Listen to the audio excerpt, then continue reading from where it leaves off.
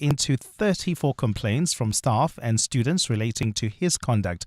The council met over the weekend to discuss the matter as Mushabela seeks to challenge its decision to impose remedial measures after the investigation found no basis for disciplinary action.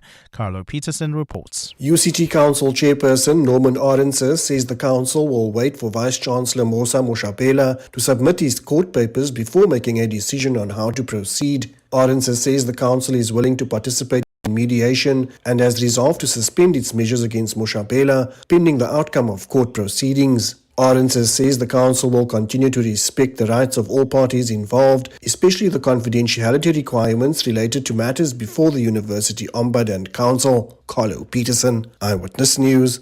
And security has been bolstered to manage demonstrations during the 46th Ordinary SADC Summit in Durban. The warning comes after 3 people were arrested for allegedly trying to bypass the summit's accreditation and access controls.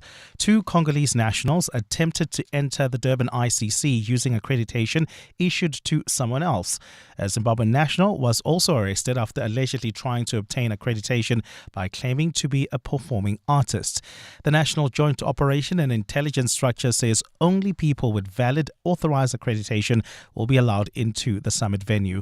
National Police spokesperson Athlenda Mate is warning anyone against testing the security arrangements. NatJoints respects the constitutional right to protest peacefully and lawfully. However, there will be no tolerance for criminality, violence, intimidation, threats, destruction of property, attempts to breach restricted areas, or any deliberate effort to disrupt the proceedings of the summit. Gold's trading at $4,393.69 an ounce. The rand is at 16.17 to the dollar, 21.91 to the pound, 18.73 to the euro. Brent crude oil is at $88.93 a barrel. And in the traffic, we've got an accident in Midrand on the N1 South. It happened right after Olifantsfontein Road. It's causing delays. There's also queuing traffic on the R21 South due to another accident in the Jet Park area. It happened on the R21 near Griffiths Road, causing heavy delays. Please try to avoid that one. And in your sport, Orlando Pirates back top of the Premiership with a 3-0 win over Chippa United. Arsenal opened the English football season with a 3-0 win over Manchester City in the Community Shield.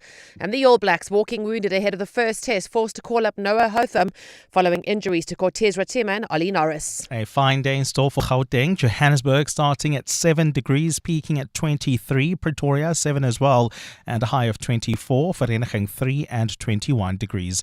The top story in EW and the Sawa. Alleged crime kingpin Vusmuzikat Matlala is set to appear before the Madlanga Commission today and tomorrow under a subpoena. EWN, in touch, in tune and independent. For the latest, visit ewn.co.za or download the EWN app. Every promise, every ward, every word. Follow every moment of the local government elections on 702 Cape Talk and ewn.co.za.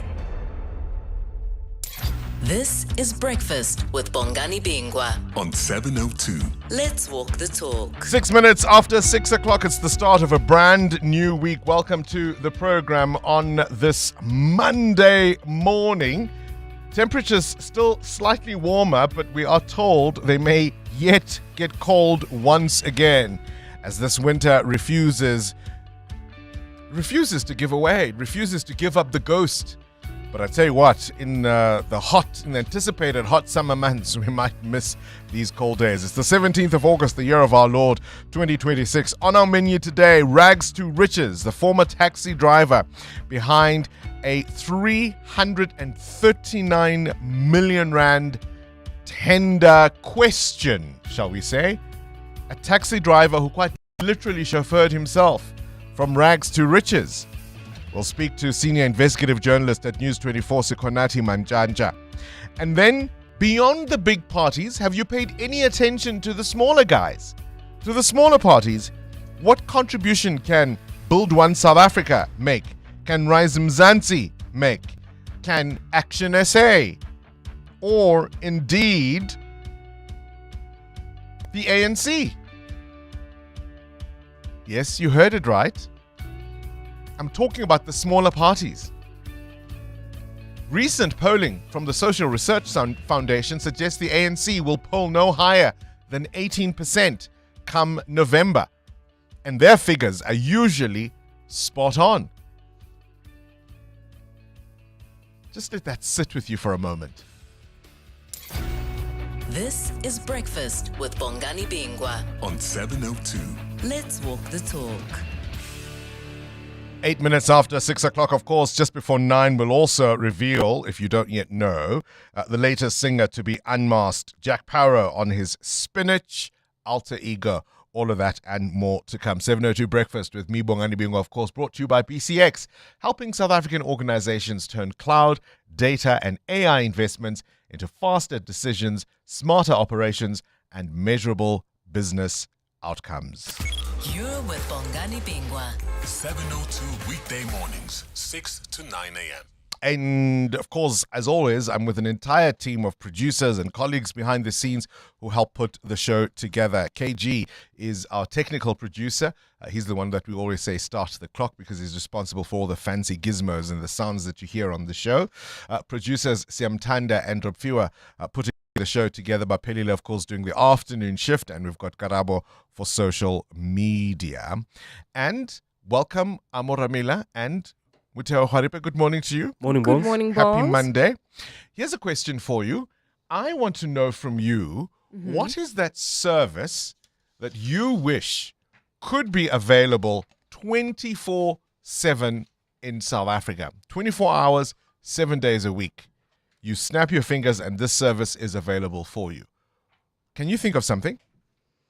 Public transport is one that comes to mind, and I know we do have e-hailing services, but there were days when e-hailing was not available for everyone or easily accessible for everyone, right? And you would be stuck at taxi rank waiting for that taxi to go home, and luckily there'd be that one taxi that's still available to take you home. So I think public transport as well as some retail stores. So if you want to, quickly get something while you not necessarily cooking dinner, but if you're hosting people and you still want that bottle of wine or something, if you would be able to get it, I think it would be lovely. That's just poor planning. How'd you run out of wine at dinner? No, I'm just giving you a hard time, Amo. Look, one of the difficulties, I think, with how our cities are designed, and this goes back to the spatial planning that we have inherited, right? Our legacy planning, is that our cities tend to be very spread out. And they're not concentrated in the way that you might find, say in a Tokyo or a New York or a New Delhi, right? And so we don't all live in the same places. And to work out how to manage demand without wasting resources would be tricky as far as public transport, but there are experts who know these things. But as you say, if it's at 10 o'clock and you need to get somewhere, you're not thinking about spatial planning. You just want to get home and you want transport to take you home. Muteo, if there was a 24/7 service that we could have, what would that be for you? I think a mechanic. What? And an image. Yeah, things happen on the road at night. Bongani, they happen. Poor mechanics who must be on standby 24/7. I mean, you'll have shifts. You'll figure it out. But people have a lot of things happen in their lives. Just be on call when Muteo And needs an emergency tailor. Okay. Yeah, An emergency tailor. you need to get something done overnight, and he just hooks up. the Available service. for you. Yeah, stores closed, so All right, send us a WhatsApp voice note on 072 702 1702. Our shout out, of course, as always, is a way for us to illustrate something that we think you ought to know about in the news that's happening. So do send us a WhatsApp voice note on 072 702 1702. As always, our mission to tell you what's going on in the world, why it's important to you, how it will impact you. We want you to be part of our informed community, and all around 702 land, you are our eyes and ears. Let's walk the talk. 702. 12 after 6, it's the start of a brand new week. Notice how I did not ask how anybody's weekend was, but I am wearing an Arsenal t-shirt to prove, if you're on the YouTube channel, to show you how good a weekend I had. 3-0 ngapha, 3-0 ngalena. Both Arsenal and Pirates doing the business. It's a happy start to the football season, Muteo Haripe. And I'm sure as those goals went in, some listeners were like, Come Monday. It's going to be a long Monday. Come Monday. We're going to hear all about it. Did you have a good weekend?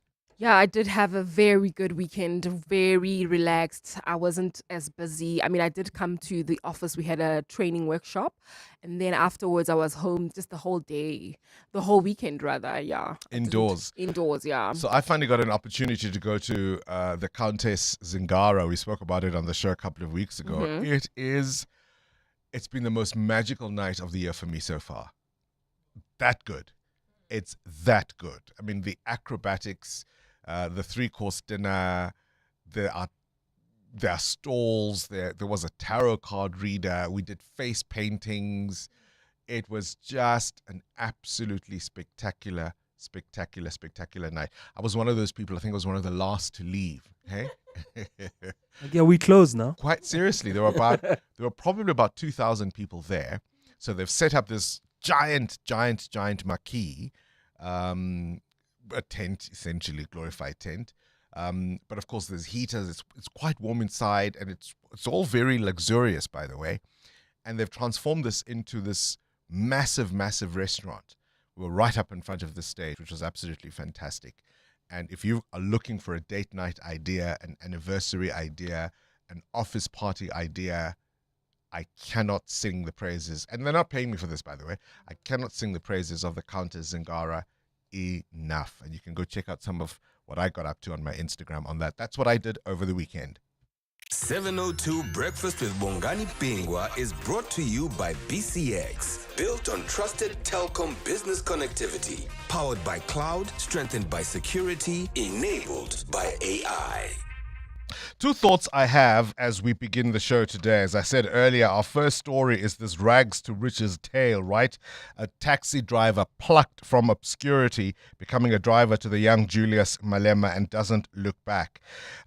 We are now told by News 24 that his company pocketed a cool 339 million rand from the city of Ekurhuleni in the last 10 years. 60 million of that is from that controversial 1.8 billion chemical toilets contract to supply, install, service, and maintain mobile chemical toilets for communities that don't have permanent sanitation.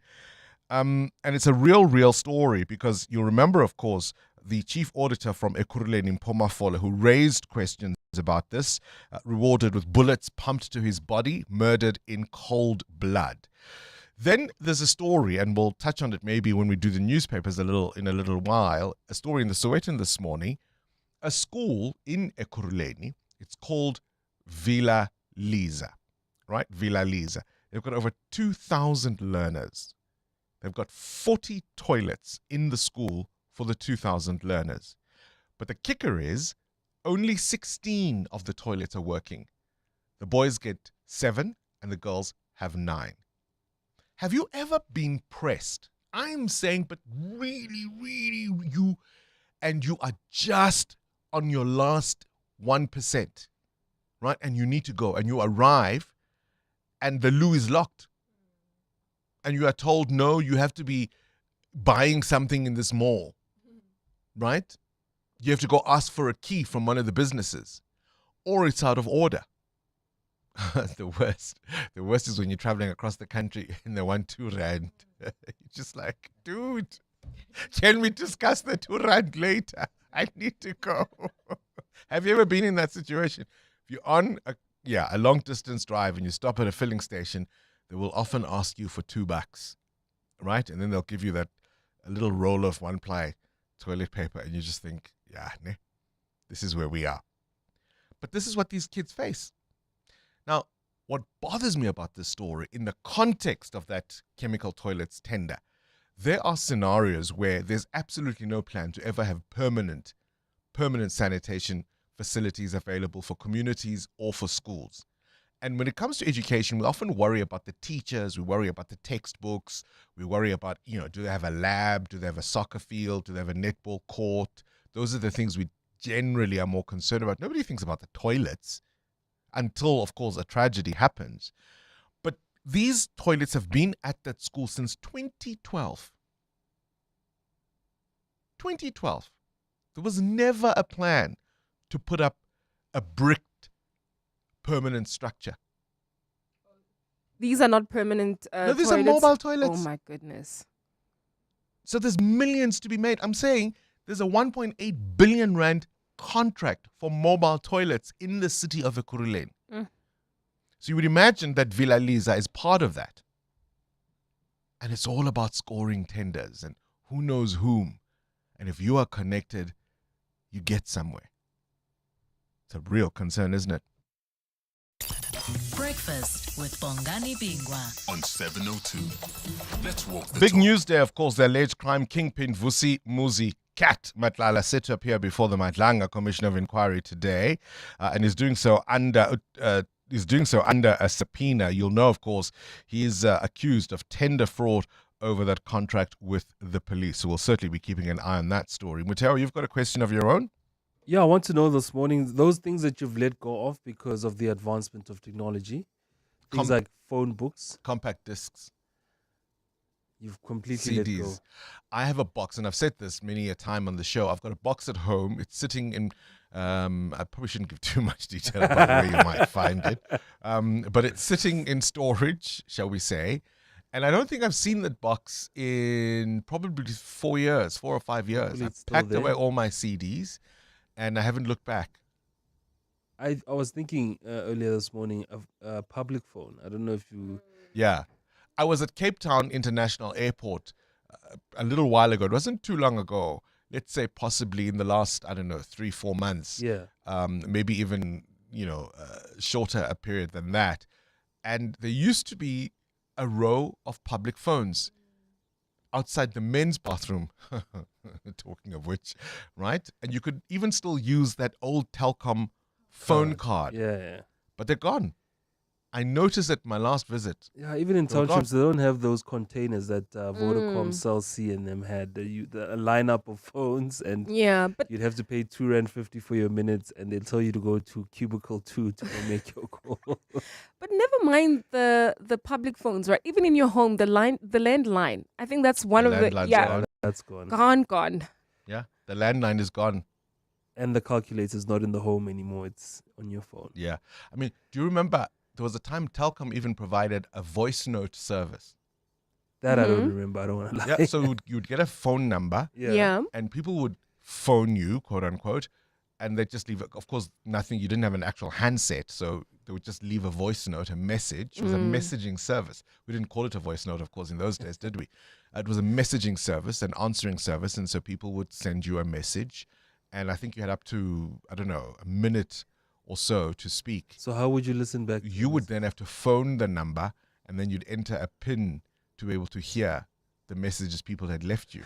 And I remember at the time thinking, oh, that's it. Bye-bye phones. Who's going to need phones after this? Oh. Here we are. 702.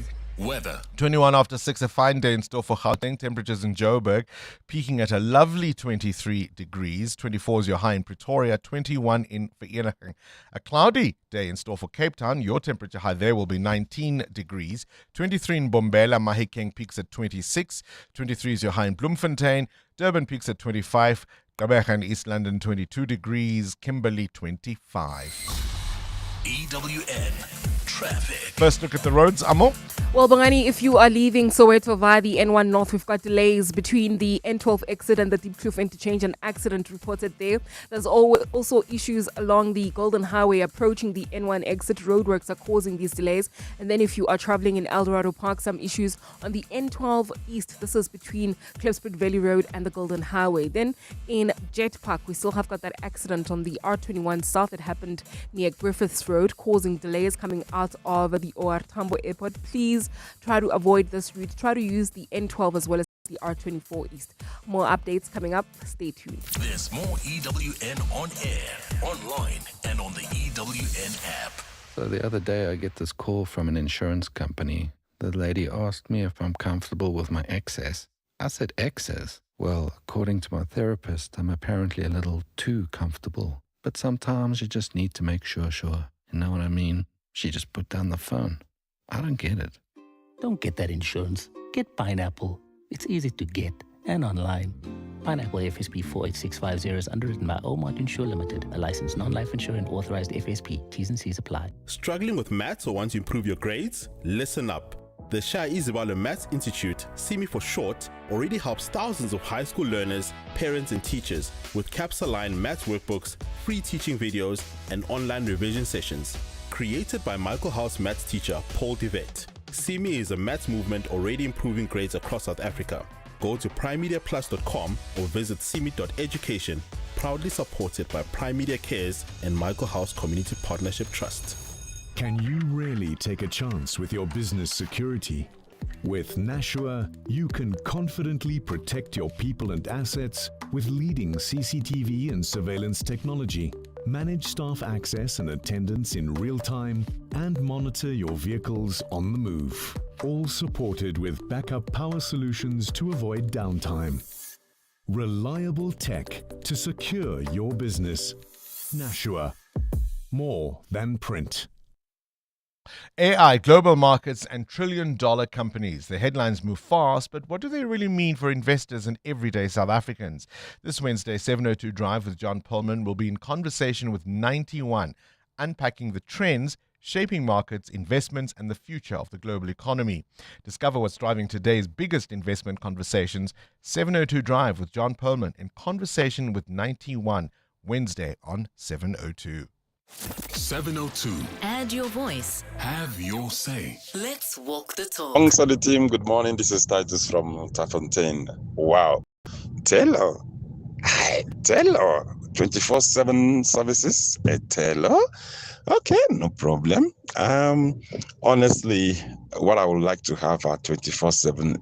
Okay, even though it is available now, but much closer to me is a doctor.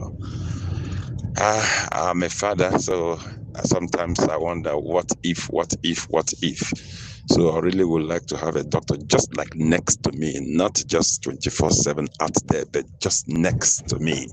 Titus, Tafontaine. Oh my goodness, Bongs. I have been at a garage near the Linksfield off-ramp. I went in there, I had a serious running tummy, and I saw there that you were supposed to buy something. Then I just bought a cool drink, and when I got to the cashier and I said, can I please use the bathroom? They said, no, you have to buy something over 40 Rand or something like that. Oh my God, I just went out and I quickly went to McDonald's and I went in there and then I relieved myself. I have never been to that petrol station ever again because of that incident. Every time I see it, I'm like, guys, you almost allowed me to mess myself up just for 40 Rand. Start your day with Bongani Bingwa on 702. Let's walk the talk. And you think to yourself, can't we negotiate the details, the T's and C's a little later? I need the bathroom now. We're asking you, of course, about being in that situation where you needed the bathroom and you couldn't go because of the story I'll tell you about coming up in a moment. You're with Bongani Bingwa. 702 weekday mornings, 6 to 9 a.m. Things you need to know at this hour. A small organ in Halberstadt in Germany is playing what's believed to be the world's slowest concert. The piece, based on John Cage's organ, ASL-SP, as slow as possible, began in 2001 and is designed to continue to play for 639 years. It will end in the year 2640. A few weeks ago, more than 150 people gathered to hear its 17th chord change, which took the performance to roughly 4% completion.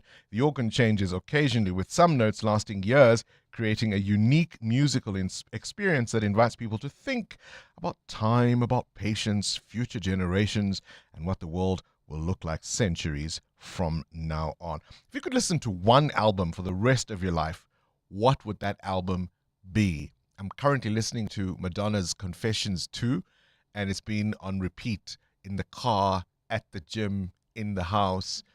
I'm just playing it over and over and over again. I don't know if I'd play it for the rest of my life, though. Listen to this. A Cameroonian immigrant, one Nadine Juiko, arrived in the U.S. with just $50 and turned her braiding skills in what has been described as North America's largest 24/7 hair braiding salon in Maryland. So after a viral TikTok brought her business widespread attention, Nadine expanded by introducing a team-based approach that allows multiple stylists to work on one client, cutting braiding time for what could be 6 to 8 hours to perhaps 2 to 3 hours max. And now the salon can accommodate more than 150 clients, employing nearly 400 braiders. Isn't that absolutely amazing? And they're open 24/7. And that's why we've been asking you, what service would you like provided 24/7 around the clock? Have you found gold in your house? What would you do with it? Construction workers in Belgium have made an extraordinary discovery whilst digging a sewer beneath a former brewery, uncovering an estimated $10.4 million worth of gold coins and bars. We'll get more details on that from Adam Gilchrist a little later on. And I wanted to know, have you ever renovated or fixed a home and found something worth something? Tell us about that. A new study from researchers in Vienna suggests that dogs can recognize different human emotions from facial expressions. Scientists used brain scans and machine learning on 12 border collies and found that dogs' brains responded differently when shown happy, angry, fearful, and sad faces. And this is the first evidence, they say, that dogs can distinguish between different negative emotions, although they caution that the study was small and focused only on border collies. I would say that Yorkies are even better at this.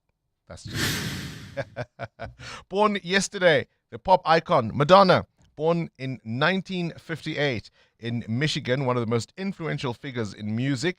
She rose to fame in the 1980s, has sold more than 400 million records worldwide. She's just one of the best to ever do it. Yesterday, she turned 68. 702. The newspapers. Swiso Zulu, I've already touched on the story of the toilets at the school in Ekurhuleni. It's just absolutely shocking. And there's also a story in the Sowetan about a contractor who was essentially at least brought in to help with the construction of a school in Soshanguve now, and found shoddy workmanship, but also that the department had been paying monies for work that had not been done without inspections, and tried to raise the flag and was ignored. What have you got? Well, down under in Australia, Australia is launching a major cash for guns scheme. This is the biggest since 1996. And it follows that shooting that happened in December last year at the Bondi Beach, right? So the whole aim of this gun for cash exchange is to get rid of guns off the streets. So basically, anyone with firearms and handguns, they can hand in their firearms to the government and they get paid money, so that they can get rid of guns on the streets to avoid mass shootings. All right, the front page of the Business Day says top DAMP's firm faces Forex probe. A fintech group apparently misrepresented business. This is contained in an affidavit.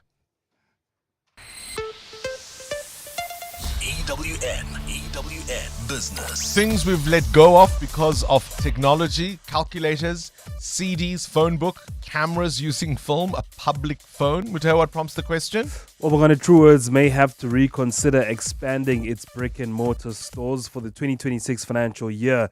Group retail sales fell to 21.8 billion rand, while headline and basic earnings per share are expected to go down by between 2 and 4%. Last year, the retail group said it would spend more than R500 million to expand its trading space by 3% in the 2026 financial year. The group was keen to add more stores for its brands, Daniel Hector and Ginger Mary, both of which have a single standalone store. Truworths Africa sales fell 2.1% to 14.2 billion rand, while physical stores struggled during the period. Online sales surged, jumping 21%. Truworths expects sales and earnings to fall in its 2026 financial year on the back of higher fuel prices and weaker consumer confidence, putting pressure on shoppers in South Africa and the UK. This reduced consumer disposable income hit both markets. Online sales, though, were up 45%, made up 45% of turnover for the group. So the future does look like it's going to be digital for most retailers. In the 2025 financial year, which ended in June. Truworths Africa opened 22 stores but closed 14, leaving its total South African stores at 810. Goodness me, your indicators? Well, our markets were lower on Friday. The All-Share down 54 points. Looking at the Rand this morning, not too shabby. 16 Rand 18 cents against the US dollar, 18 Rand 71 against the Euro, and 21 Rand 89 cents against the British Pound. Price of gold is up 0.5% at $4,398 an ounce, while platinum is at $1,752. Brent crude at $88.52 a barrel. More business after 7. Not quite a new sheriff, but he's certainly a sheriff worth noting. Swiss Zulu? Well, Bongani, good morning. KwaZulu-Natal top cop Nhlanhla Mkhwanazi, who leads the National Organised Crime Task Team, says the SAPS is cleaning house.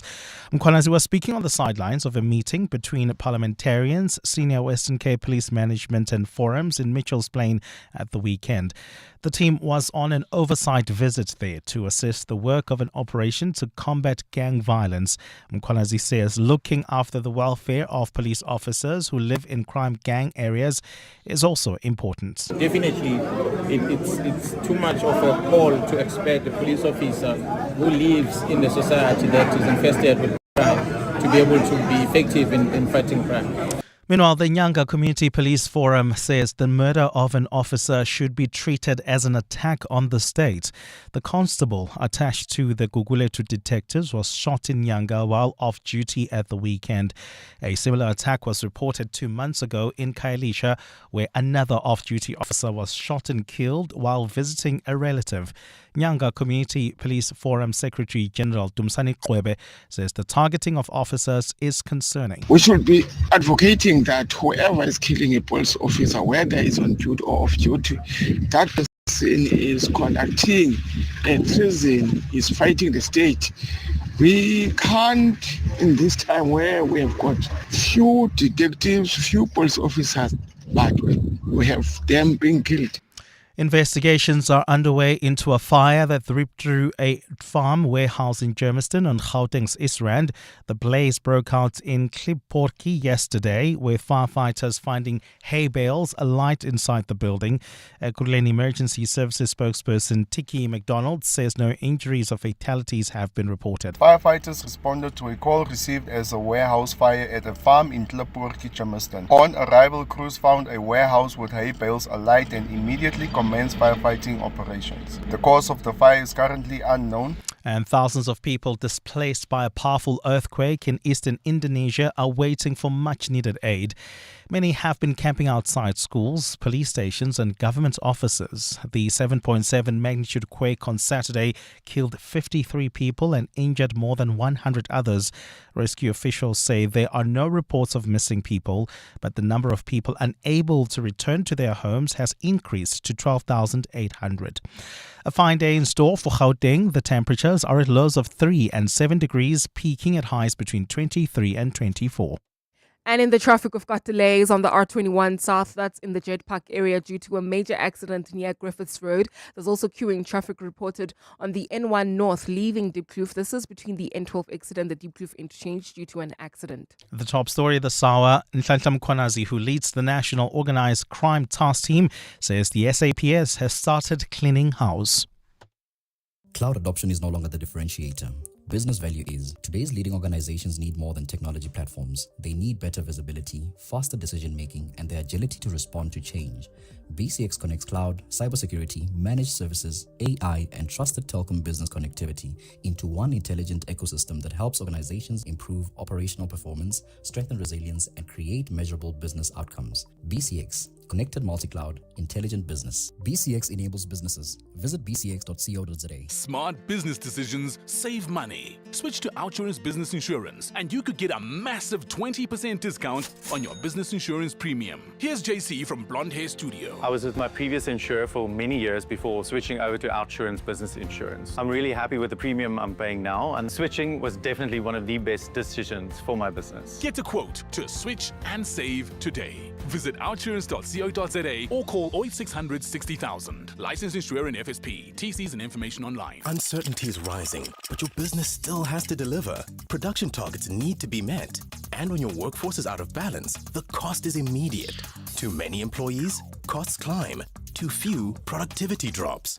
Workforce staffing helps businesses stay in control with flexible workforce solutions deployed within 48 hours nationwide. When demand changes, your workforce can change with it. Visit workforcestaffing.co.za. Stay productive, stay flexible, stay in control. Coming up in the next hour, What's the Question? Is brought to you by Outsurance. 3,000 Rand in cash is up for grabs. So you send us an answer based on something that piqued your interest during the show. For that, you win $1,000. You WhatsApp us your name and that answer to 072 702 1702. Later, someone else will ask a question to win 2,000 Rand. SMS out to 45142 now, and you could save on your car insurance. This is 702 Breakfast with Bongani Bingwa, brought to you by BCX. Built on trusted connectivity, powered by cloud, strengthened by security, enabled by AI. Yo, Bongani, I was once in that situation. Mind you, I'm still worried about the cleanliness of the toilet. So as I come, the guy was like, oh no, please just run quickly, go this way, you'll come back and pay. I ran quickly, and then luckily the toilets were clean. And then I came back. I was good, and then I was like, okay, so how much? And then I gave him his 2 rand. Hi, good morning, Bongani and the team. I'm one of those I was caught at 1%. I just wanted to use the facility. And guess what happened? It was raining. I was so pressed. It happened at KFC's View. And I was so pressed because they said we couldn't find the key. The toilet is not been working. They've locked the car. And I said, what's the lock number? Give me something. Sure. Yeah. Thank you, Bongani. Bye. Yeah, we're talking about the school in Ekurhuleni, 2,000 learners sharing 16 toilets. And they're all mobile toilets, by the way, and they've been mobile toilets for a very, very long time, at least over a decade. A number of them now out of order. They've got 14 total, but out of the 40, only 16 are working. The other 24 are not. So imagine 2,000 learners. The girls have 9 and the boys have 7. So we're talking about, have you ever been in that scenario where you needed to use the bathroom so badly? And you get there and it's out of order, or it's locked, or you're in a mall and you're told, no, you have to be a customer of one of the businesses, or all the keys are kept by one of the businesses. And if you're going to travel across South Africa, please, I beg you, have a little bit of cash with you, because you want to stop at a petrol station. They want $2 for you to use their bathrooms sometimes. And I'm not talking about, the major filling stations and so on. So, yeah, if that's your reality as one of these kids, you can imagine how frustrating that must be. EWN Sport. I almost wanted to do a coin toss this morning, Cindy Paluta.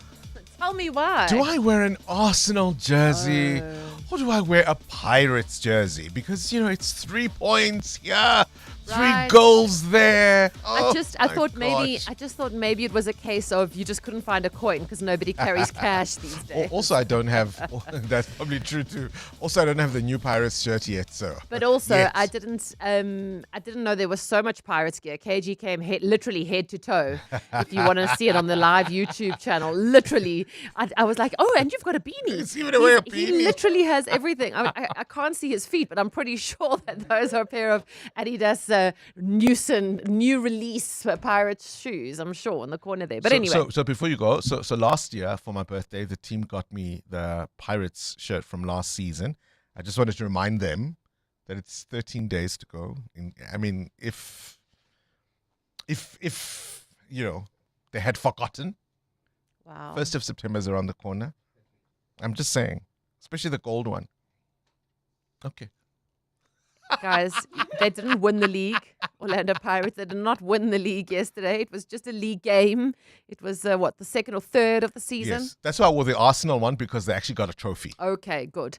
They're back top of the table, though, after a 3-0 win over Chippa. After a goalless first half, Lunga opened the scoring, followed by a header from Sima, and then Sendami came off the bench to score the third. Here's coach Abdeslam Wadu. The set pieces helped us as well to score, and after I think my My players were free to progress with a lot of motivation, with a lot of trust as well.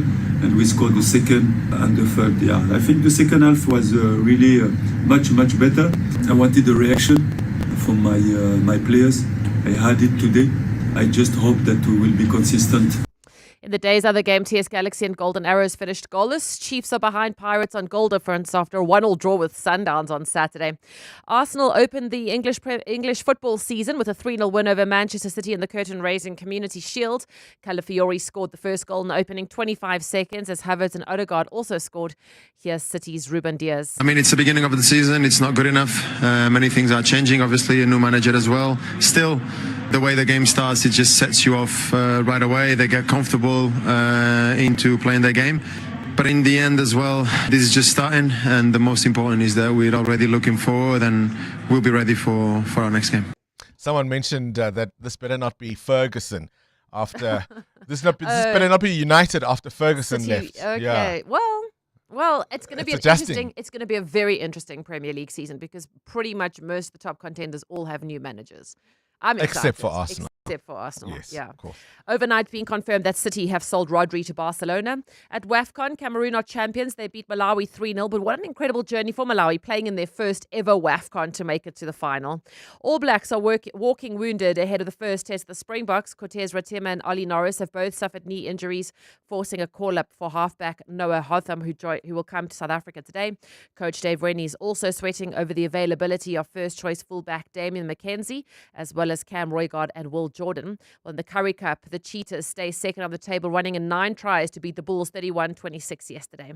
In cricket, unbelievable results Sorry, they didn't run in 9 tries, but it was 31-26. In cricket, unbelievable result yesterday. Bangladesh beating the top-ranked test side in the world, Australia, by 9 wickets. On day 4 of the first of 2 tests. It was incredible. It's Bangladesh's first ever test win in Australia. And in goal, India resumes day 2 on 460 for 9 today against Sri Lanka. Yesterday, Padikkal making 167. Cindy Paluta, Eyewitness News Sport. Hey guys, this is Robert Marawa, Hollywood Bet's brand ambassador. Playing responsibly is part of the winning strategy. Make smart choices and continue to score. If you or someone that you know needs help, call the South African Responsible Gambling Toll-Free Counseling Line on 0800 006 008 or WhatsApp help to 076 675 0710. Hollywood Sportsbook is a licensed betting operator. Hollywood Bet supports responsible gambling. No persons under the age of 18 years are permitted to gamble. Winners know when to stop. Welcome spring to Jozi on 6 September at Nyrox Sculpture Park in the heart of the cradle of humankind.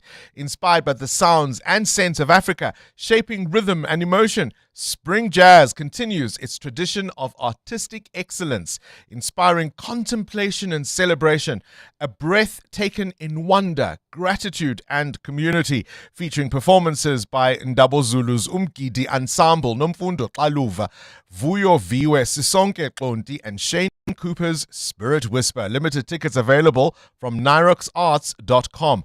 Nyrox is a private, not-for-profit foundation to benefit the arts. All income is used to maintain the grounds, the artist residency program, and artist support.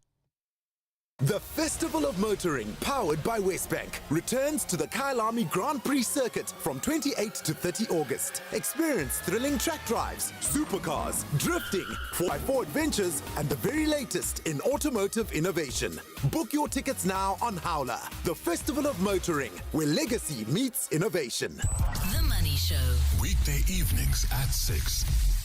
SAA, the board now placing their acting CEO, Matsela Sashibe, on special leave. They say that's pending the outcome of an internal process. SAA never fails to disappoint. We held out so much hope for it, given its sort of clean balance, debt-free balance sheet after the whole drama of the business rescue process. And now we're back to the bad old days with rapid revolving doors on CEOs, bad accounting, showing unbelievable figures in the annual reports. Dr. Guy Leach is an aviation analyst. The Money Show on 702. Let's walk the talk. The Money Show with Stephen Grootes is brought to you by Absa Corporate and Investment Banking. Africa's energy future takes more than ambition. It takes turning plans into projects, opportunity into investment, intent into execution. At Absa Corporate and Investment Banking, we help connect the capital expertise, and opportunity needed to bring sustainable projects to life across Africa. That's how we're invested in Africa's energy future. The brainy kids of the Whiz Quiz. On 702. Good morning, Uncle Bongani. My name is Shekinah. I'm 13 years old this year, and I go to Acts House of Education Primary School. My dream job is to be either a singer or a lawyer, and I'm feeling excited to play the Whiz Quiz because if I win the 10,000, I could use it to install my braces. Thank you. 702. Coming up at 7:15, the big interview. EWN Traffic. Well, Shekinah, let's hope you can put a smile on our faces, hey? This EWN Traffic brought to you by Outsurance. SMS out to 45142 now.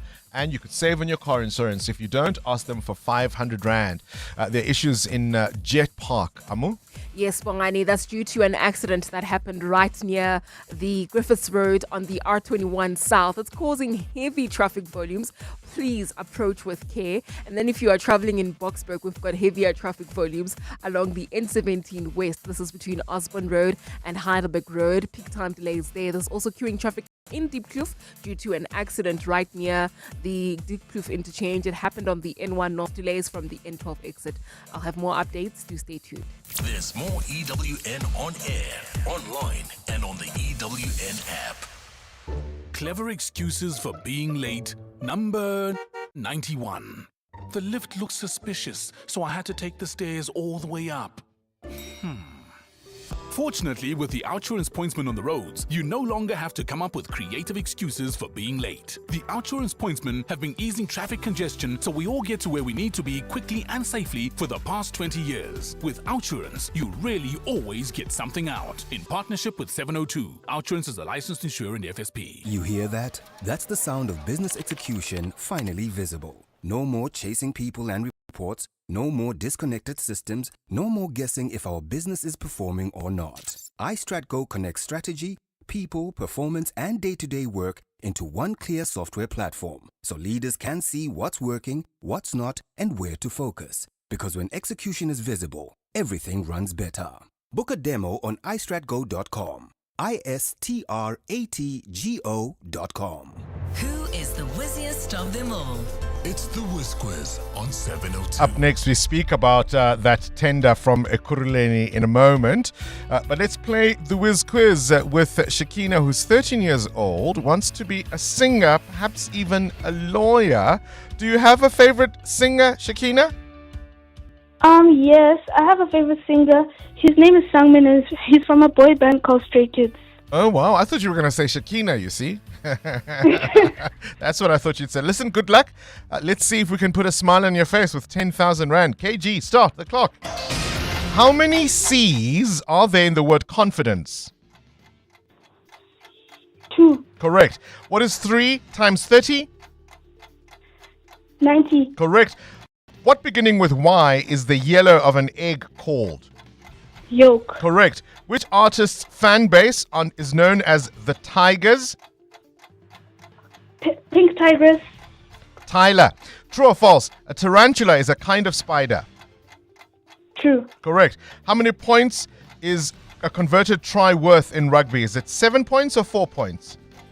7 points. Correct. Abuja is the capital of which African country?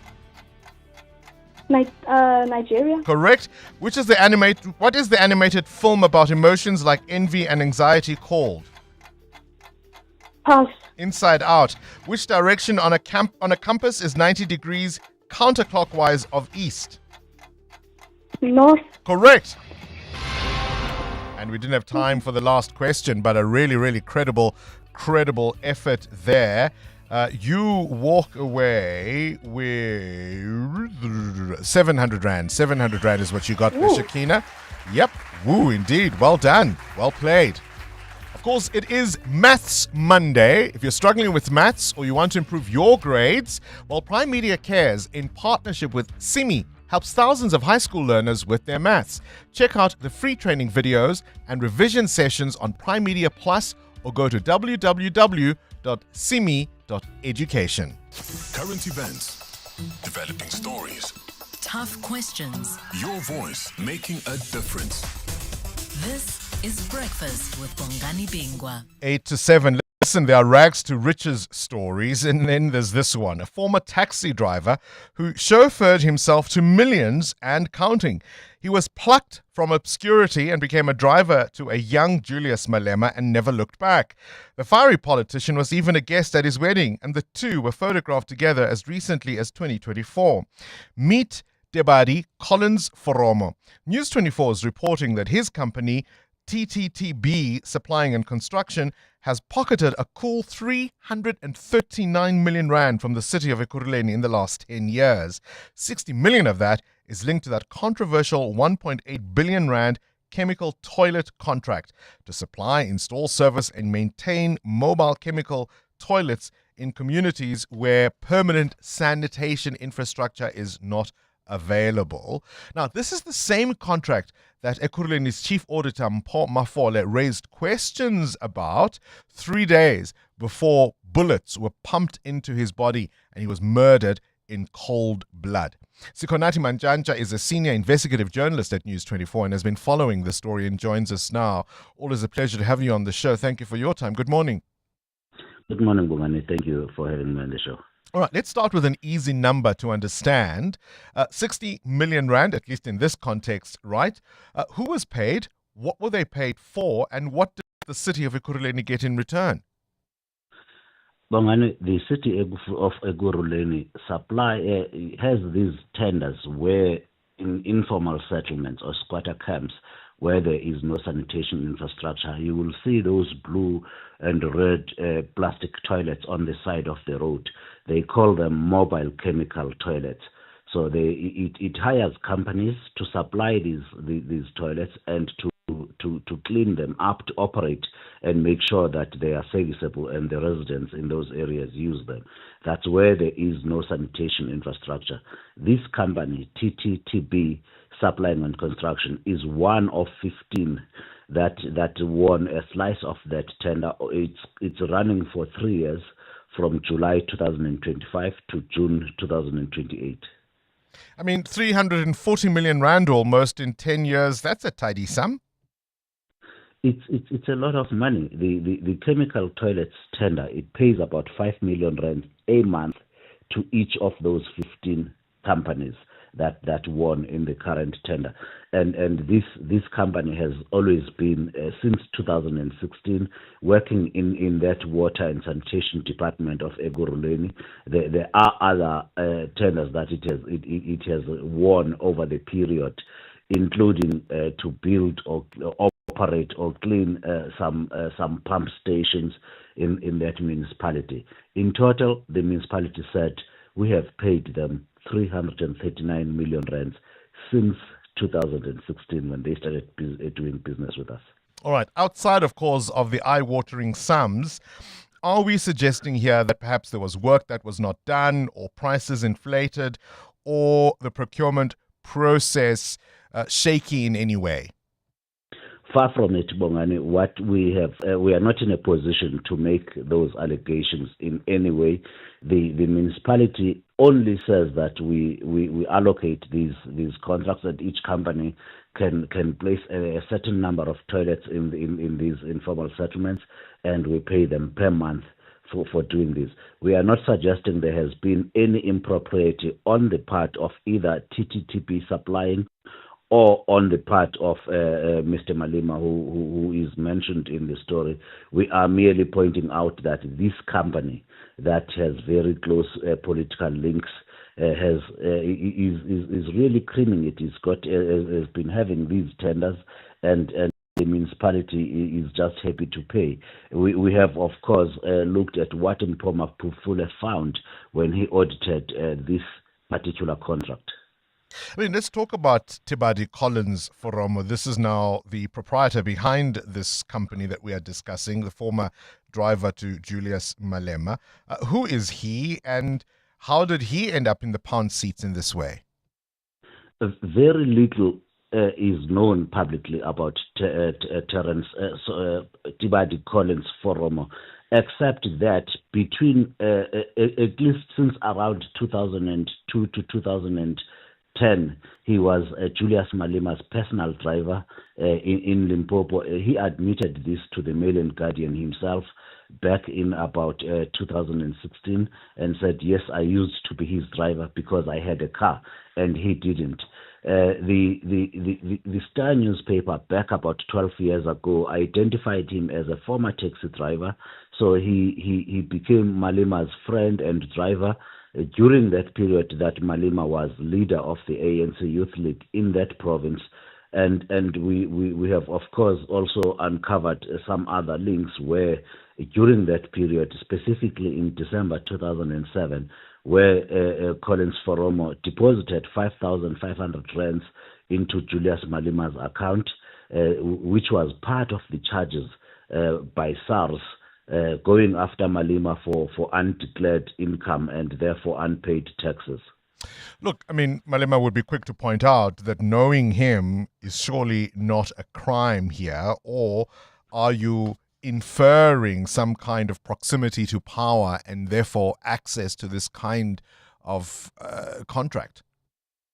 We certainly asked Julius Malema whether he knows Mr. Foromo and what their relationship is and what role, if any, did he play in securing these tenders for Collins Foromo. Julius Malema ignored our questions, which we had sent, as we had previously, through to Sinawo Tambo, the spokesperson of the EFF and of Mr. Malema.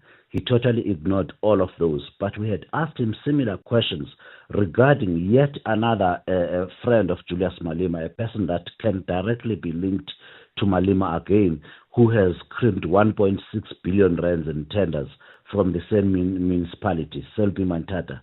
When we asked Malema questions on that one in June, he said he doesn't have time to respond to smear campaigns raised by boys, and those were his direct words. He was not going to answer any questions about whether or not he had influenced the allocations, the tenders to these two individuals.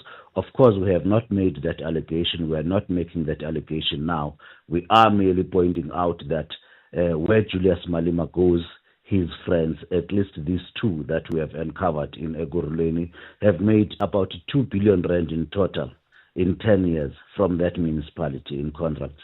Gosh, what friends do you have, hey, Sekhonathi? I mean, and apart from the monies that we're talking about, there are a number of questions you can just think in terms of how our municipalities, our metros function. The idea that there are no permanent plans for permanent structures to be set up, that these things can roll over year after year, leading into decades.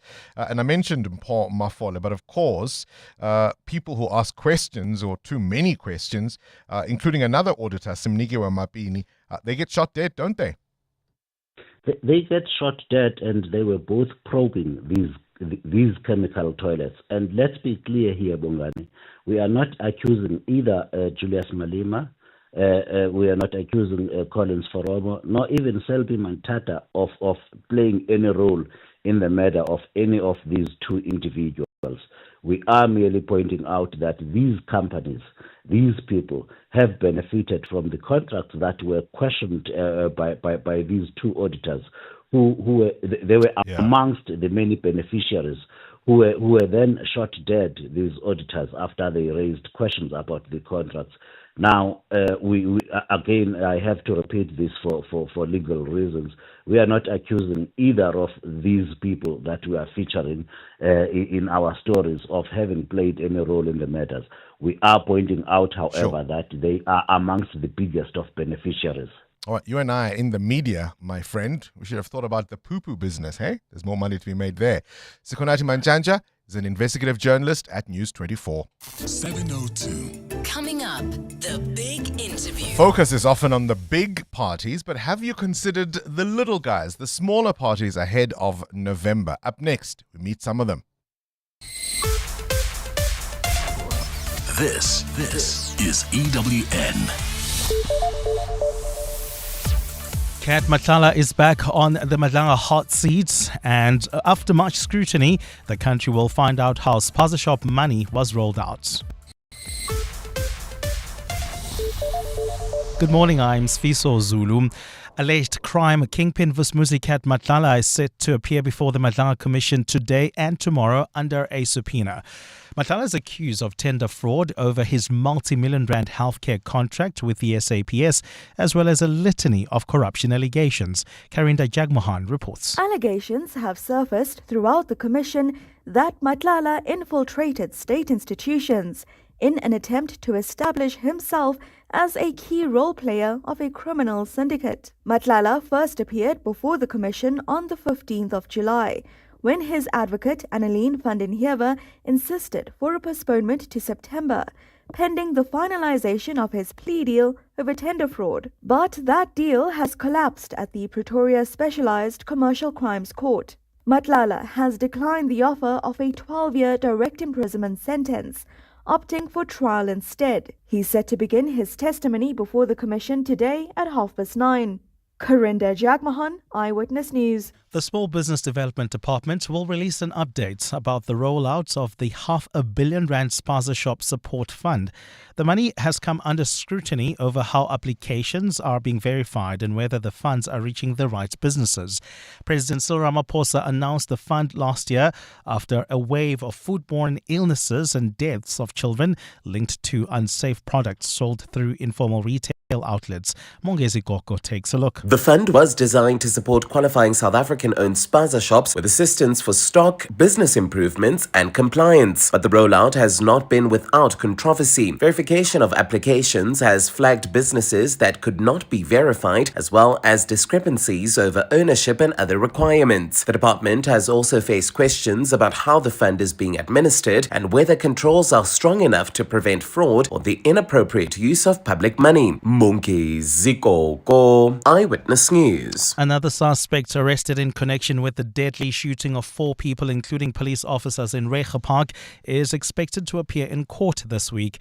The 24-year-old man is the second person who has been linked to last weekend's attack, where the officers and 2 women were killed. The first suspect, Regan Collis, remains in custody and his formal bail application scheduled for next Tuesday. Police spokesperson Athlenda Mate. We therefore urge the people of Reiger Park to continue standing with the police and to continue providing information that can help us identify and arrest those who commit violent crimes. The latest suspect is expected to appear before the Boksburg Magistrate Court this week. And U.S. envoy Jared Kushner is due to meet Israeli Prime Minister Benjamin Netanyahu today after holding talks with Hamas leaders in Egypt aimed at reviving a U.S.-backed Gaza peace plan that Israel has so far rejected. The meeting comes 2 weeks after Hamas endorsed the latest stage of Trump's Gaza plan, which Netanyahu has refused to support, insisting any settlements must ensure the group is genuinely disarmed. Kushner, who is Trump's son-in-law, met Hamas's new leader Khalil al-Hayya yesterday. Israeli attacks have killed more than 1,200 Palestinians since a ceasefire came into effect in October last year, while the Israeli army has reported 5 deaths in its ranks during the same period. Gold is trading at $4,395.87 an ounce. The rand is at 16.17 to the dollar, 21.91 to the pound, 18.73 to the euro. Brent crude oil is at $88.67 a barrel. And in the traffic, we've got delays on the N17 West between Osborne Road and Heidelberg Road. There's also queuing traffic reported on the N1 North between the N12 exit and the Diepkloof interchange due to an accident. And in your sport, Orlando Pirates coach Abdeslam Wadu confused as to why outside forces are creating politics within his side. Yesterday, Pirates went back top of the table. Manchester City confirmed the sale of Rodri to Barcelona hours after losing 3-0 to Arsenal in the Community Shield. And the All Blacks walking wounded ahead of the first test with the Springboks. A fine day in store for Gauteng. Johannesburg is at a low of 7 degrees, peaking at 23. Pretoria 7 as well, and a high of 24. Vereniging 3 and 21 degrees.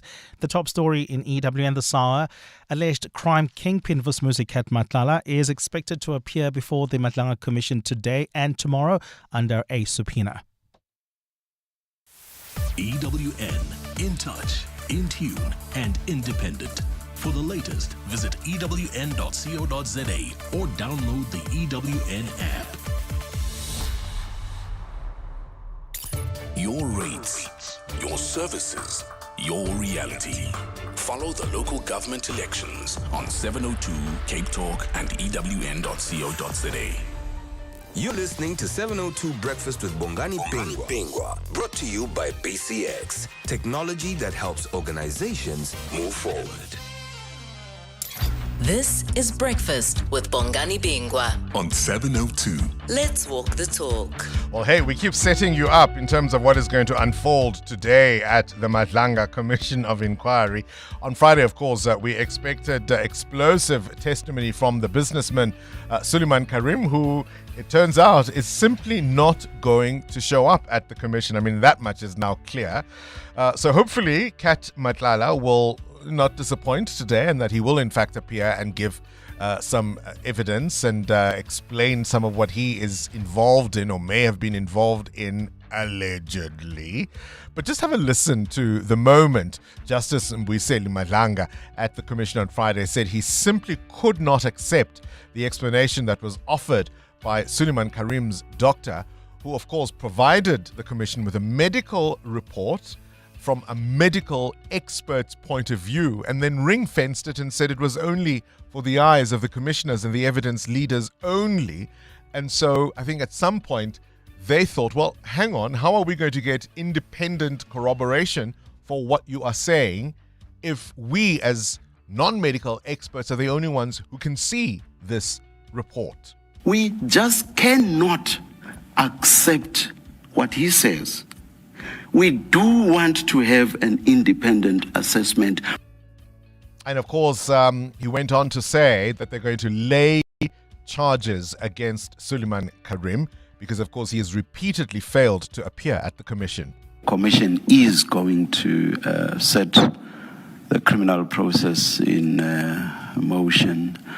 The commission will direct the relevant functionary, and as you anticipated it, Mr. Premhid, that functionary will be Dr. Vuguza sitting across there, who is the commission secretary, and for her to lay a criminal charge, not to make a recommendation against Mr. Karim. If the commission were not to do that, it would itself not be taking its processes seriously. This is something that the commission just has to do. Otherwise, witnesses will choose to come or not to come testify before it willy-nilly, and we cannot and we will not have that. So the commission will lay criminal charges against Mr. Karim. This is Breakfast with Bongani Bingwa on 702. Let's walk the talk. It's 10 after 7. Things you need to know at this hour. The death of former Cambridge professor Jason Ade has intensified the media scrutiny, the scrutiny of the media rather than that he faced in the days leading to his death.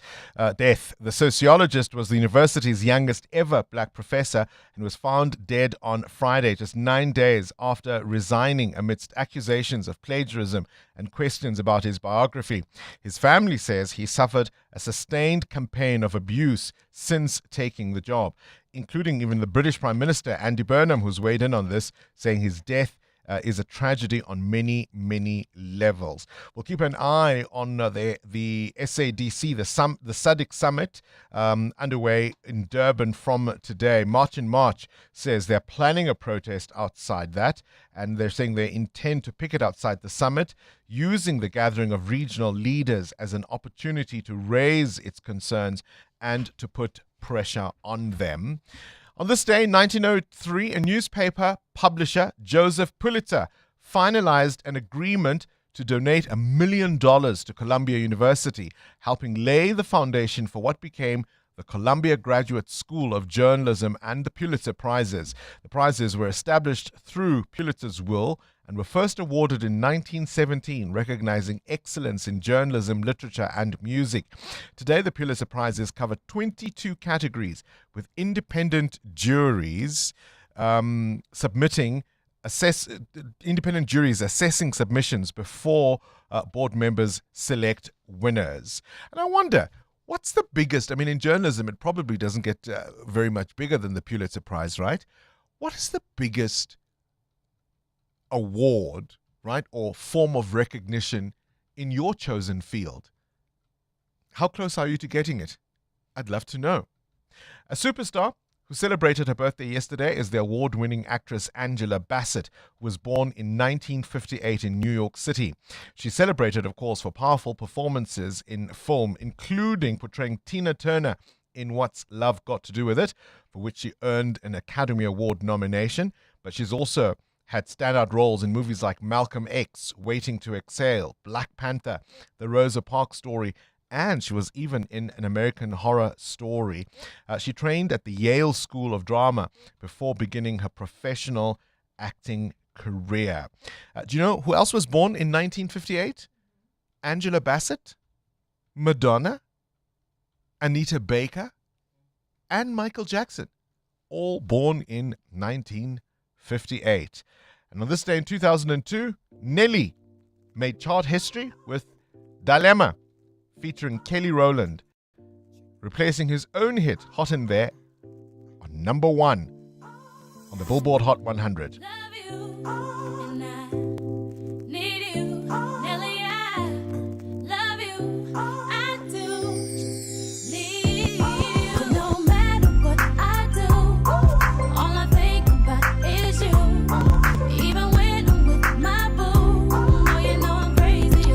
So here's an extraordinary feat about this song. His previous single, Hot in There, had spent 7 weeks at the top of the Billboard Hot 100 before this song, Dilemma, took over, eventually holding the number 1 spot for 10 more weeks.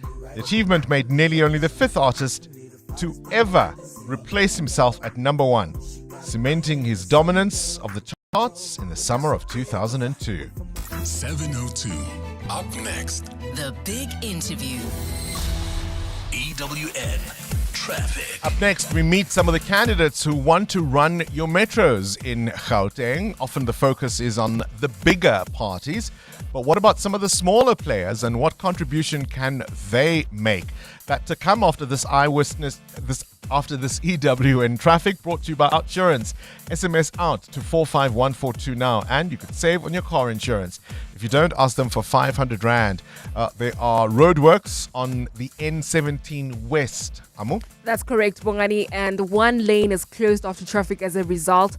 That's why there's queuing traffic between Heidelberg Road and Osborne Road. If you were traveling along the R21 South, leaving the city of Tshwane, we've got an accident reported after Nalmepia's drive. It's causing heavy delays. There's also queuing traffic reported on the N1 South between Allendale Road and the Baku interchange. That's due to roadworks. I'll have more updates coming up. Stay tuned. There's more EWN on air, online, and on the EWN app. Deciding to binge on that new series may cost you your beauty sleep, but deciding to stay with your current car insurance could be costing you thousands of rands in savings every year. Without insurance, 58-year-old Loretta saves a whopping 479 Rand a month on her 2017 BMW 320. Switch to Outsurance and you too could be one quote away from having more money in your pocket every month. SMS out to 45142. That's out to 45142. Outsurance is a licensed insurer and FSP. T's, C's and information online. 702. The Big Interview. With Bongani Bingwa.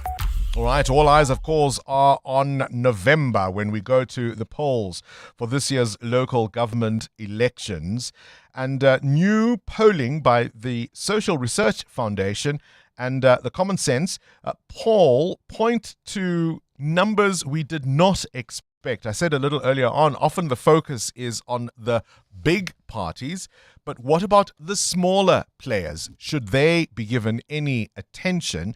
The Social Research Foundation's polling is often on the mark, and of course there's always a margin for error, but generally they are within the ballpark. And there are some extraordinary numbers coming out now in terms of what they think voter sentiment is reflecting. The survey was conducted in the month of July amongst 508 registered voters. So it's a snapshot of voter intentions at a particular moment. And the sample is not huge, but it does give you some indication of what some people are thinking. And it almost begs the question, at least for Johannesburg, is there anything such as a big party to begin with? The ANC is polling now at around 18% in Johannesburg. I've got two guests this morning, and we'll have them one after the other. Firstly, let's talk matters Joburg. Herman Mashaba is the president of Action SA and is the Joburg mayoral candidate for that city. And of course, after him, we'll be speaking to the Democratic Alliance's Tshwane mayoral candidate Cilliers Brink, who is of course a former mayor of the city of Tshwane. We did invite the EFF and the ANC, and for today they were not able to join us. We'll have them perhaps on another day.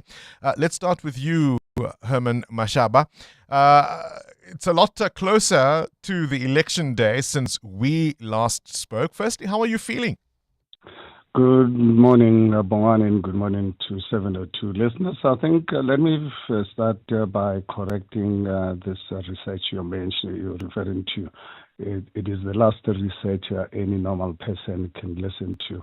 Obviously, if you go out, you represent your party, and you go and if ever they did the research, then they go and talk to their voters. Obviously, those are the kind of abnormal results you'll get. I'm happy to really give you actual figures from IEC that you can verify, not actually an academic exercise or a propaganda, because I think for anyone to say Action SA is a small party in the city of Johannesburg, when we are the third biggest political party in the city of Johannesburg, I mean, it's ridiculous. I mean, with 16%, 44 councillors, a party that contested as a logo. Remember, 3 weeks before our first election in 2021, IEC played the dirty one on us, refused to put our name, but we still emerged at 16%, the third biggest political party, with the two big political parties, ANC and DA,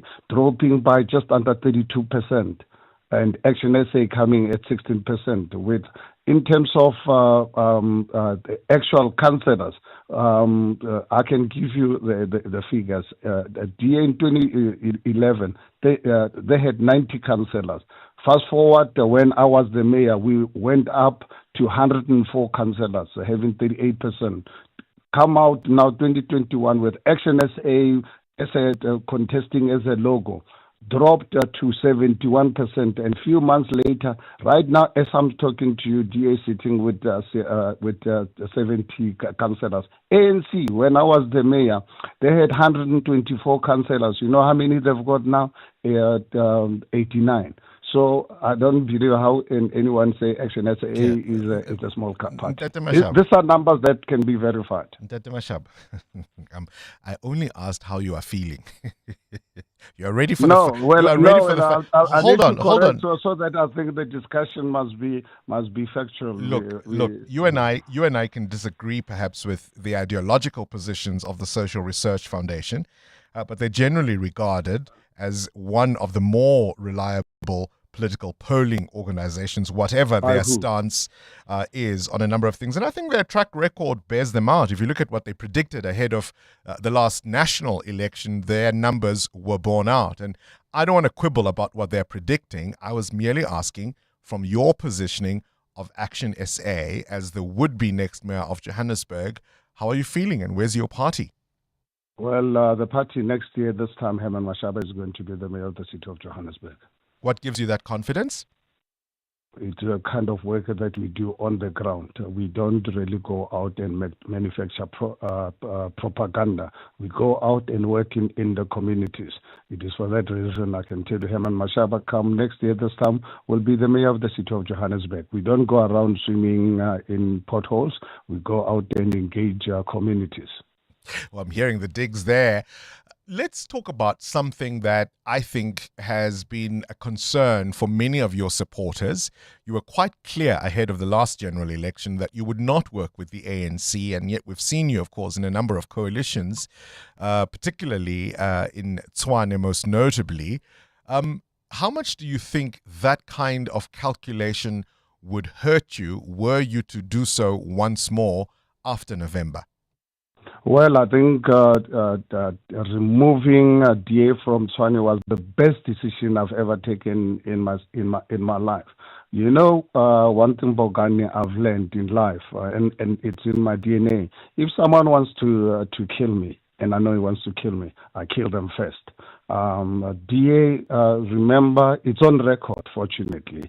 When I came across the secret meetings when Banyaza was not cooperating with them, proposed to the DA nation, to the ANC National, that they remove us in Tshwane and work with the ANC. Fortunately enough, I wasn't born yesterday. I got to know about this. And I said, this is the second time that this malicious people operate. I'm going to kill them first. And we did that. And look at what the Tanasi Moya is doing. And right now, I can tell you the reason why even your people right now wanted me to debate with Sila Brink.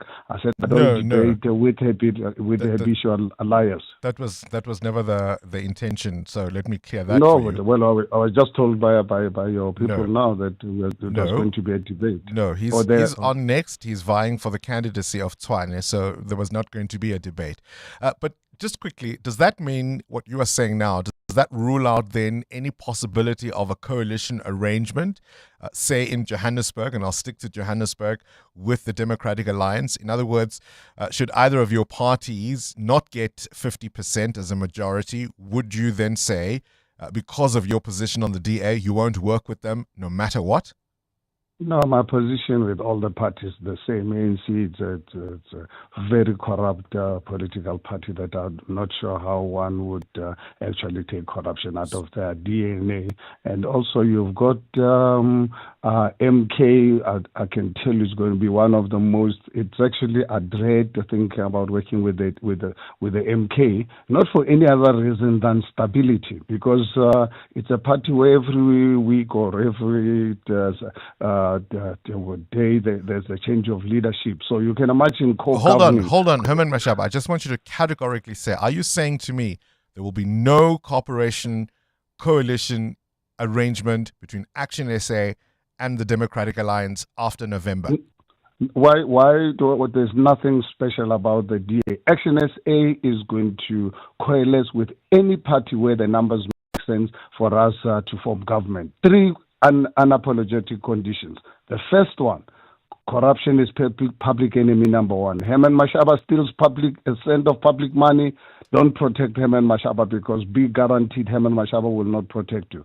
Secondly, public commitment that the public service are going to go to all the communities. If you are a political party that wants to only provide services to your voters, don't waste your time to come and talk to us. Thirdly and lastly, if you want to co-govern with Action SA, no undocumented foreign nationals are allowed in that municipality. We can talk about other things. And whether it's DA, ANC, it's MK, we don't care. No one gets special treatment. And as I said, Action SA, we are not going to enter into negotiations with anyone until such time that the election results are out. Okay. Herman Mashaba, the would-be next mayor of Johannesburg from Action SA. And I focus on the question around the DA because, as I said, the polling numbers, at least for Johannesburg, suggest, and if they are borne out by what voters decide to do, that the numbers make sense in terms of a 50+1 coalition between Action SA and the DA. And so that's why the particular focus was on that question. Silius Brink was listening to all of that, the Democratic Alliance mayoral candidate for Tshwane, former mayor himself. You heard Herman Mashaba saying the best decision he ever made was to get you out.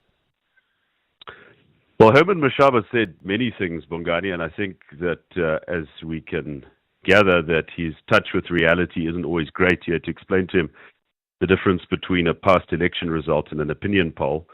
As for his conditions and what he said, what Action SA has done in the past is he blabbers on, he pretends to make conditions, but they always sell out to the ANC. What has happened in Tshwane is that water tanker spending under this ANC-led Action SA EFF coalition has shot up to 777 million. The Hammanskraal Clean Water Project, which we initiated, has stalled. I was there at the weekend. The majority of Hammanskraal residents who get their water from Tshwane still can't trust the water in their taps.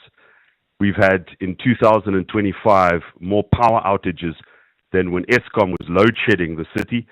And in their most recent move, they tried to get rid of an honest, hard-working city manager, Johan Metler, while protecting somebody implicated at the Madlanga Commission from serious consequences. So whatever Action SA says, they usually sell out to the ANC. Look, I mean, we can debate about the protection that you are alluding to of someone heavily implicated in the Madlanga Commission of Inquiry, as you and I discussed, in fact, the last time he was appointed under your tenure. Many of your opponents would say, hang on a minute, the DA also had an opportunity in Tshwane, and the city, as it does now, faced problems with water, with roads, with electricity, with service delivery concerns. And I suppose here the question really is, if your case is so compelling, if DA in Tshwane was such a compelling option, why is it that voters, even under this latest polling, don't get you over that 50% line? Well, our electoral system is sort of designed to deliver coalitions. And remember, if you compare what we are polling at now in Tshwane, according to the SRF, 43%, that is 11% more than the party received in 2021. So I would say that indicates a good potential, good growth. But Bongani, let's be honest, these are not predictions. They are, as you explained at the outset, it is a checking of the temperature at the moment, how people feel at the moment. So there is potential for a DA-led Tshwane, and to end the coalition chaos that has led to a lot of the confusion and disappointment in the past. We had tried to initiate many changes, but because we simply didn't have the numbers, because we had to depend on the likes of Herman Mashaba, who's a very temperamental individual, and Action SA, who eventually brought the coalition to a fall, many of those projects simply couldn't be completed. So where will you get them this time? Let me just issue this warning about opinion polls. They look good for the DA. They show growth and potential, but we are not going to be complacent about them. This doesn't mean that the election is in the bag. DA supporters will still need to come out and understand that if we have a low turnout in these elections, it means that more and more of these small parties, in Tshwane there are 10 political parties that only have one councillor. The lower the turnout, the lower the barrier to entry, the more these smaller parties come in and use their position to negotiate all sorts of things that have got nothing to do with the electorate. Residents, yeah. We are campaigning very hard, Bongani. Again, we are not complacent. We don't take people's support for granted. I'm crisscrossing the city. We're finding new ways of relating to voters who are news avoidant, who don't want to follow politics. That is why Helen Ziller is swimming in potholes and abseiling sinkholes and all sorts of things. I don't necessarily do all those things, but we are finding new ways of reaching especially young people to relate to them and to land the message of how important it is to participate in this election and to vote for a clear alternative. All right, we'll leave it there. Silius Brink is the Democratic Alliance mayoral candidate for Tshwane. EWN Business. Business update now with Mateo Haripe. SPAR reporting a major change in its board of directors, Mateo. Bongani, SPAR Group says Mike Bozeman has tendered his resignation as an independent non-executive director and chairman of the board with effect from the 17th of August 2026. Shareholders further advise that the Dr. Shirley Zinn has tendered her resignation as an independent non-executive director and deputy chair of the board. Mr. Bozeman was appointed chairman in December of 2022 at a time of exceptional difficulty for the group due to serious governance matters. The board has resolved to appoint Mr. Lwazi Koyana, an independent non-executive director and risk committee chair, as the interim board chair. Now, SPAR saw the introduction of a new CEO of the group in Riza Isaacs. This was around March. Facing historical execution shortfalls, the group is aggressively rotating its corporate strategy to prioritize independent retailer profitability. All right. Talk to me about the markets and your indicators. In Asia, things were a little mixed this morning. Markets are looking mixed. Japan's Nikkei was flat to open up in the Asian markets, while Australia's benchmark S&P ASX 200 also was down. Hong Kong's Hang Seng Index advancing 1.4%, while in mainland China, the CSI 300 edged a little higher this morning. South Korea's Kospi not trading this morning, of course, because of that public holiday. Looking at the markets, though, the JSE ending off the week last week in some weakness, down 54 points, but the rand in a little bit of a better position this morning against the US dollar, 16 rand 18 cents.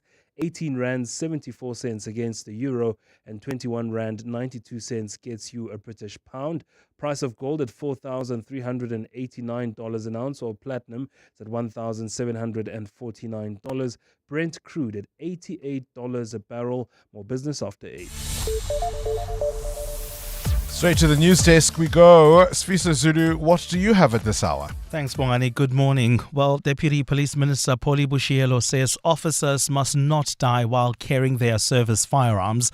She was speaking yesterday at the funeral service of Constable Thapelo Tlometsane, one of 2 officers killed in Reiger Park last weekend.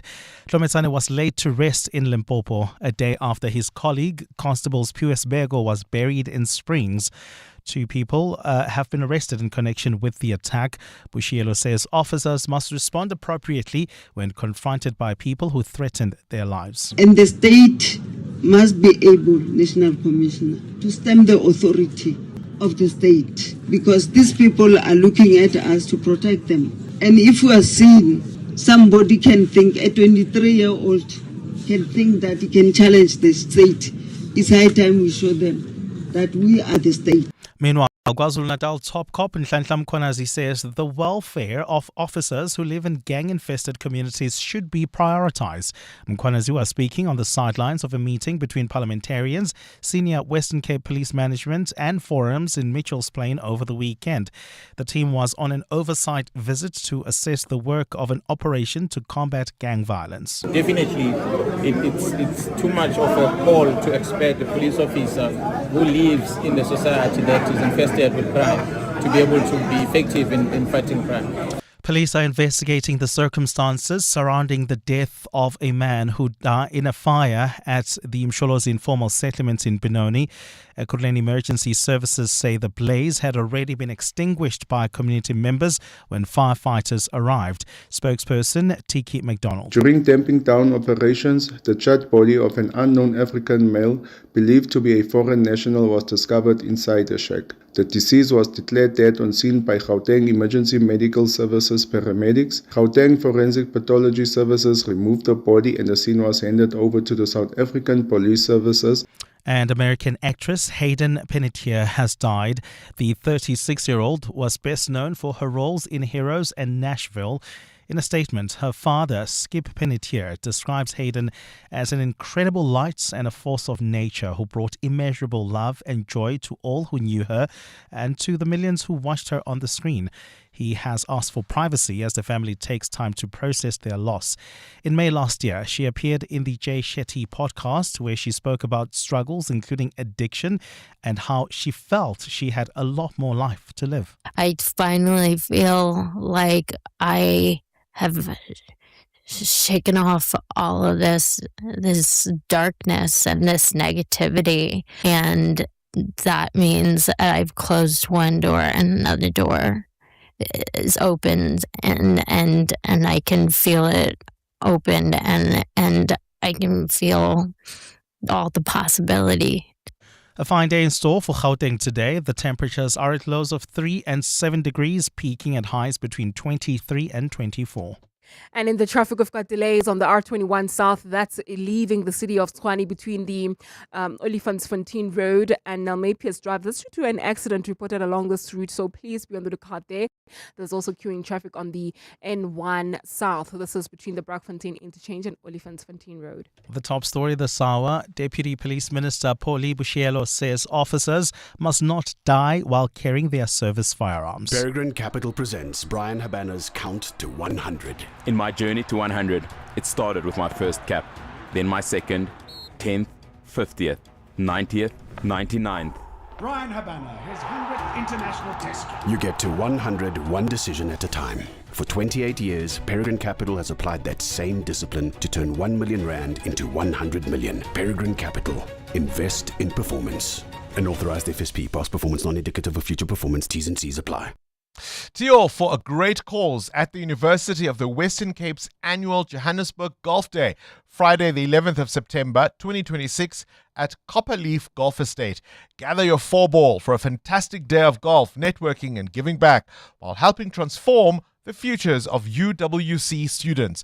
For more information and to book your spot, visit uwc.ac.za. Playing with purpose, partnering for impact, transforming futures.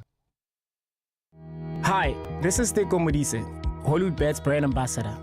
Be a winner who knows when it's time for a timeout and play responsibly. If you or someone you know needs help, call the South African Responsible Gambling Toll-Free Counseling Line on 0800 006 008 or WhatsApp help to 076 675 0710. Hollywood Sportsbook is a licensed betting operator. Hollywood Bet supports responsible gambling. No person under the age of 18 years are permitted to gamble. Winners know when to stop. You made your mark on Election Day. But what happens after the votes are counted? This week, catch the Clement Manyatela Show in conversation with the South African Local Government Association on 702. Tune in as we unpack how local democracy works, what you can expect from your ward councillor, and how every resident can play a meaningful role in shaping their community. Democracy lives here. Make your voice count beyond the ballot box. The Clement Manyatela Show in conversation with Salga, inspiring service delivery. This week on 702. 702 Breakfast with Bongani Bingwa is brought to you by BCX. Built on trusted telecom business connectivity. Powered by cloud, strengthened by security, enabled by AI. Hey, Bongs. Rough morning for Herman. All you asked is how you doing, and you got a 4.5 minute lambasting there. Hey, askies butwam. Hey, Bongs. Nice one. Ndati Mashaba. All I asked was, how are you? And his answering is all the way in it. Hi, Bongani. Good morning. I'm just driving to work and I'm laughing. Yeah, well, Ndati Mashaba. After all, it was a simple question. Then, no, they don't go around swimming on the potholes. Well.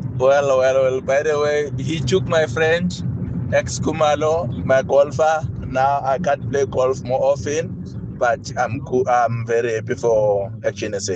They will do better. Thank you. Mashaba just makes noise and calls it disruption. He's got nothing positive or constructive to add to the conversation.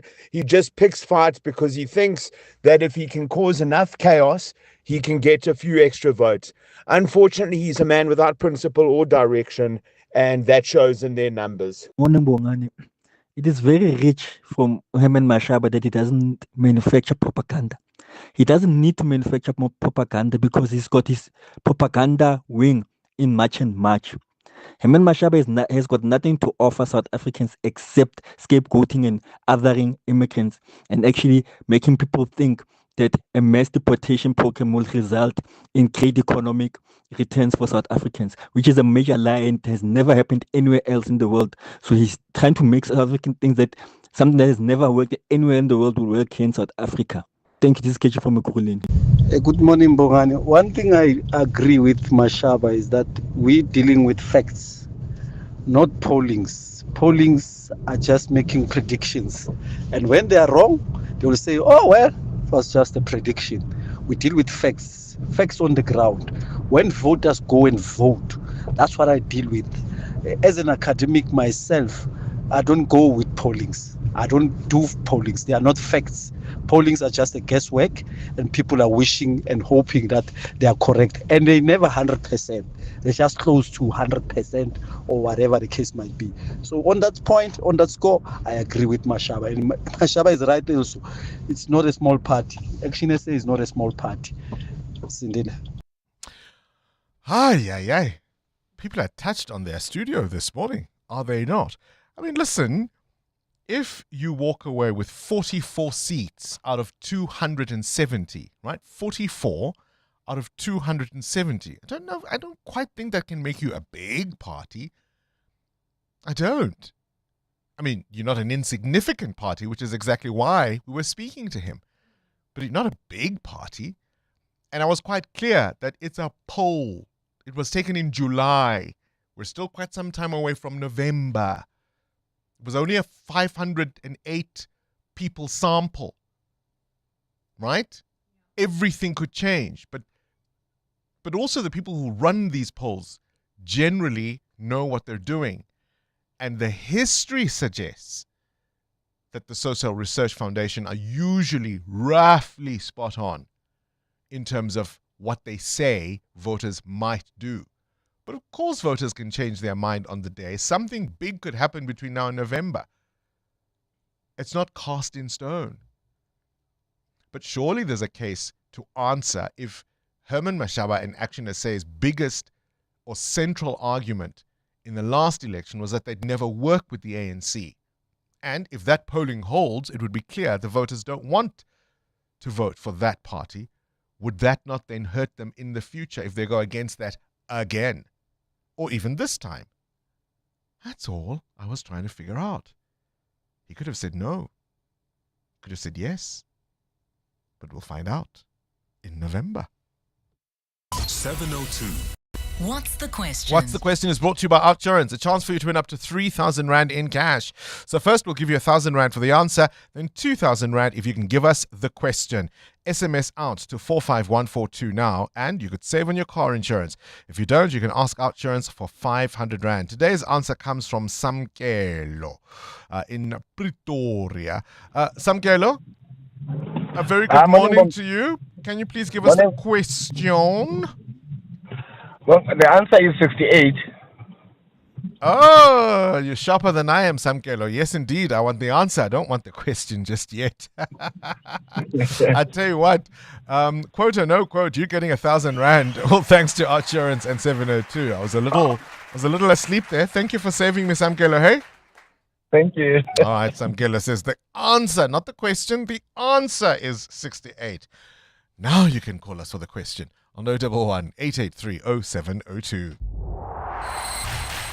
EWN Sport. It's all probably because I'm just so overwhelmed. I mean, victory is in the air, whichever way I look. Is it Arsenal? Is it Pirates? Right, let's start with Take your pick. Pirates. Which one are you going to start with? I don't know. Wait. Is it Arsenal or is it Pirates? Which one are you starting with? You can start with either. Really, I don't mind. When you're ready, can I go? There is nothing more insufferable than an Orlando Pirates fan, and this is why for seasons I have trolled them. If you're wondering for the case in point, I don't have anything personal against Orlando the team Pirates. Itself? Against the team itself, against the staff, against the management. They're all lovely, lovely people. It's the unsufferable fans I have to deal with every morning. Orlando Pirates beat Chippa 3-0 to go back top of the table. All 3 goals scored in the second half from Lunga Sima Msendami after Pirates coach Abdeslam Wadu says he doesn't understand why people are trying to claim there's politics within the side. It's funny how some people want to create some polemics between the coach and the players. You know, I know my players very well. I know their psychology. They know their coach. Yes, their coach sometimes is hot, but the love is here. And when a father, when a big brother is speaking, because maybe he's waiting a reaction. And I had it today. Also yesterday, TS Galaxy and Golden Arrows finished goalless. Manchester City have agreed to sell Rodri to Barcelona. Yesterday, City were hammered by Arsenal 3-0 in the season-opening Community Shield. Arsenal's goals came from Havertz and Odegaard after Calafiori had set the tone, scoring in the opening 25 seconds. Such an important game, such an important test for us. Obviously, the trophy is still important. It was more to prove to see our mentality after winning last season, and I think we started in a perfect way. But I have to say, in this occasion, especially, like the pass from Miles was unbelievable. No all the players can see this kind of lines, so I always try to give options, and Miles gave me the perfect ball. Cameroon are champions of Africa. They beat Malawi in the WAFCON final 3-0. All Blacks won't have Cortez Ratima and Ollie Norris for the first test with the Springboks. Both have knee injuries. Halfback Noah Hatham has been called up. Coach Dave Rennie also sweating over the availability of Damian McKenzie, Cam Roygaard and Will Jordan. In the Currie Cup, Cheetahs stay second on the table after beating the Bulls 31-26 yesterday. Live test cricket a short while ago. Sri Lanka 47 for 2 on day 3 of the first test, reply to India's 462. Yesterday, Bangladesh pulled off a historic victory, beating Australia by 9 wickets for a first ever test win in Australia. And in golf, Scotty Scheffler winning the St. Jude Classic by 8 shots, finishing on 17 under. Cindy Paluta, Eyewitness News Sport. EWN Traffic. 13 minutes before 8 o'clock. Let's catch up with the roads. I'm more on the R21 South Air issues. Yes, Bongani, this is due to a major accident reported right on the R21 South near Olifantsfontein Road. Delays coming out of Nelmapier's Drive. Speaking of Nelmapier's, in the city of Tshwane, we still have got delays between the route and Irene, just as you approach Main Road. So please be on the lookout at that intersection. And then if you're traveling on the N1 South towards Midrand, queuing traffic between the Brakfontein Interchange and Olifantsfontein Road. Roadworks are still causing delays on the N1 South approaching the Baku Interchange. Delays from Allendale Road. Please approach with care. More updates coming up. Stay tuned. There's more EWN on air, online, and on the EWN app. If you want the easiest way to handle the admin of selling your car, don't waste another minute. Visit webuycars.co.za today. Why complicate things when you can simply visit webuycars.co.za, get an offer, and let We Buy Cars come to you. They handle everything from the admin to vehicle collection, all while you barely have to leave the couch. And if you're looking to trade in your current ride for something a little different, you can stay relaxed and browse over 15,000 vehicles on webuycars.co.za. Prefer in person? Or visit your nearest We Buy Cars branch and view thousands of vehicles on the showroom floor. Once you find a vehicle you like, you can take it for a test drive to see if it's the right fit for your needs. When it comes to cars, We Buy Cars takes convenience to the next level. So whether you're buying or selling a vehicle, visit We Buy Cars online or in store and experience it firsthand. As a business owner, you're always looking for ways to save money. But have you looked at saving on your business insurance premium? With Outsurance Business Insurance, you could save big, like Bosmansdam High School. We were with our previous insurance for 10 years plus before switching to Outsurance Business Insurance. We are saving 3,705 Rand per month. It was so quick and easy, we should have switched sooner. Ready to switch and save? Visit outsurance.co.za or call 08600 60,000 today. Licensed insurer in FSP. TCs and information online. That old ring, the broken chain, the gold coin sitting in a drawer? What if it could put money in your pocket today? At Gold Capital, we turn gold, diamonds, Krugerrands, and luxury watches into instant cash. With over 30 years' experience and thousands of 5-star Google reviews, South Africans trust Gold Capital to do it right. Get your free valuation today at goldcapital.co.za. Gold Capital, South Africa's trusted gold brokers since 1992. 702's Small Business Focus, powered by Capitec, shines a spotlight on the drive, passion, and dedication behind every successful small business. And no surprise, actually, that confidence across most of the indicators have decreased fairly materially, and that is whether business owners are confident in their own ability to grow their business, confidence in the South African economy to grow their business and make it conducive for them to grow, confidence in access to finance, confidence in whether customers are going to pay them on time, all have dropped a few percentage points, both in comparison to the last quarter as well as the same time last year. And why I say no surprise, it's because you just have to look at what's happening in and around the world. Every Thursday between 6 and 8 p.m. Catch the Small Business Focus on 702 and bank on better business banking with Capitec. Capitec is an authorized FSP 46669. 702. What's the question? For 2,000 Rand in cash, all thanks to Outsurance. Please tell me, what's the question? If the answer is 68, let's go to Jules in Pretoria. Jules in Pretoria, what's the question? Good morning, Bongani. The question is, how old is Madonna turning today? I'll give it to you. It was not quite today. It was yesterday. But, you know, it was a Sunday. We weren't here. We'll look the other way. We'll look the other way, Jules. It was yesterday. How old did Madonna turn yesterday? There are all these superstars who are 68 this year. Angela Bassett, Anita Baker, Madonna, the queen of pop. 2,000 Rand coming your way, Jules. Thank you. Strike a pose.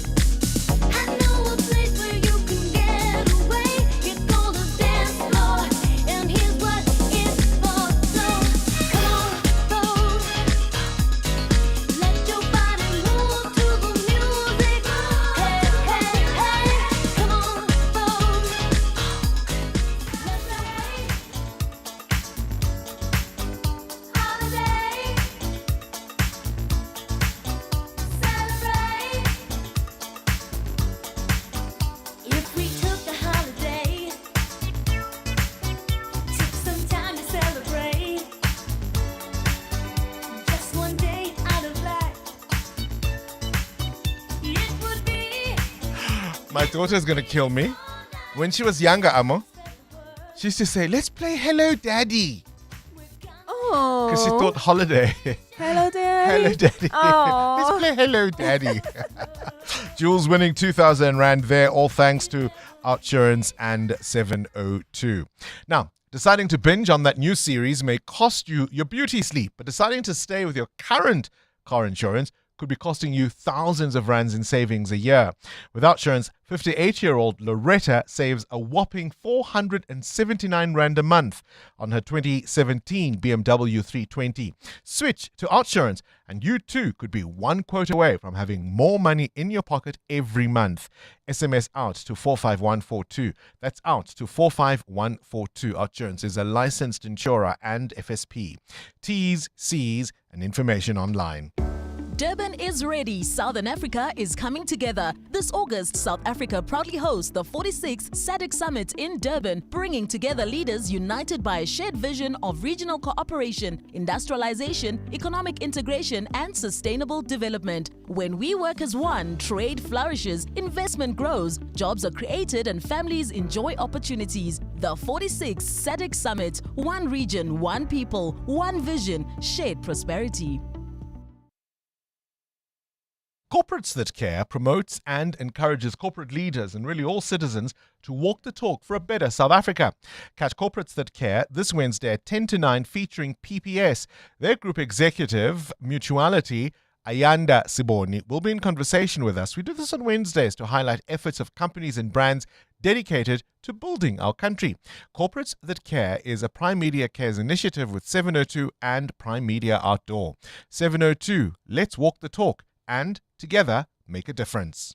Running a small business means every rand counts. Thanks to My Way Business Insurance, I save up to 20% on my insurance premiums every month for my buckies and tools of trade. Now, I get to save some extra cash for my business and focus on giving my clients world-class service. Switch to My Way Business Insurance and save up to 20% on your buckies and tools of trade. Real businesses, real savings. Call us on 0860 646464 for a quote today. My Way is a licensed non-life insurer and FSP. Standard rates and T's and C's apply. 702. 702. What's gone viral? With Kabazela. Catch up now with the world of viral content. Kabazela. Good morning to you, Bella. Lost and found. This is hilarious. Yes. Now, I wonder now if anybody in our tech department realized that one of our mic socks was missing. And for our listeners, if you don't know what a mic sock is, if you watch the YouTube feed from time to time, you'll see where Bongani speaks. He has the microphone to his mouth, and it's that branded 702 foamy cover that covers the microphone. That's what we call a mic sock, right?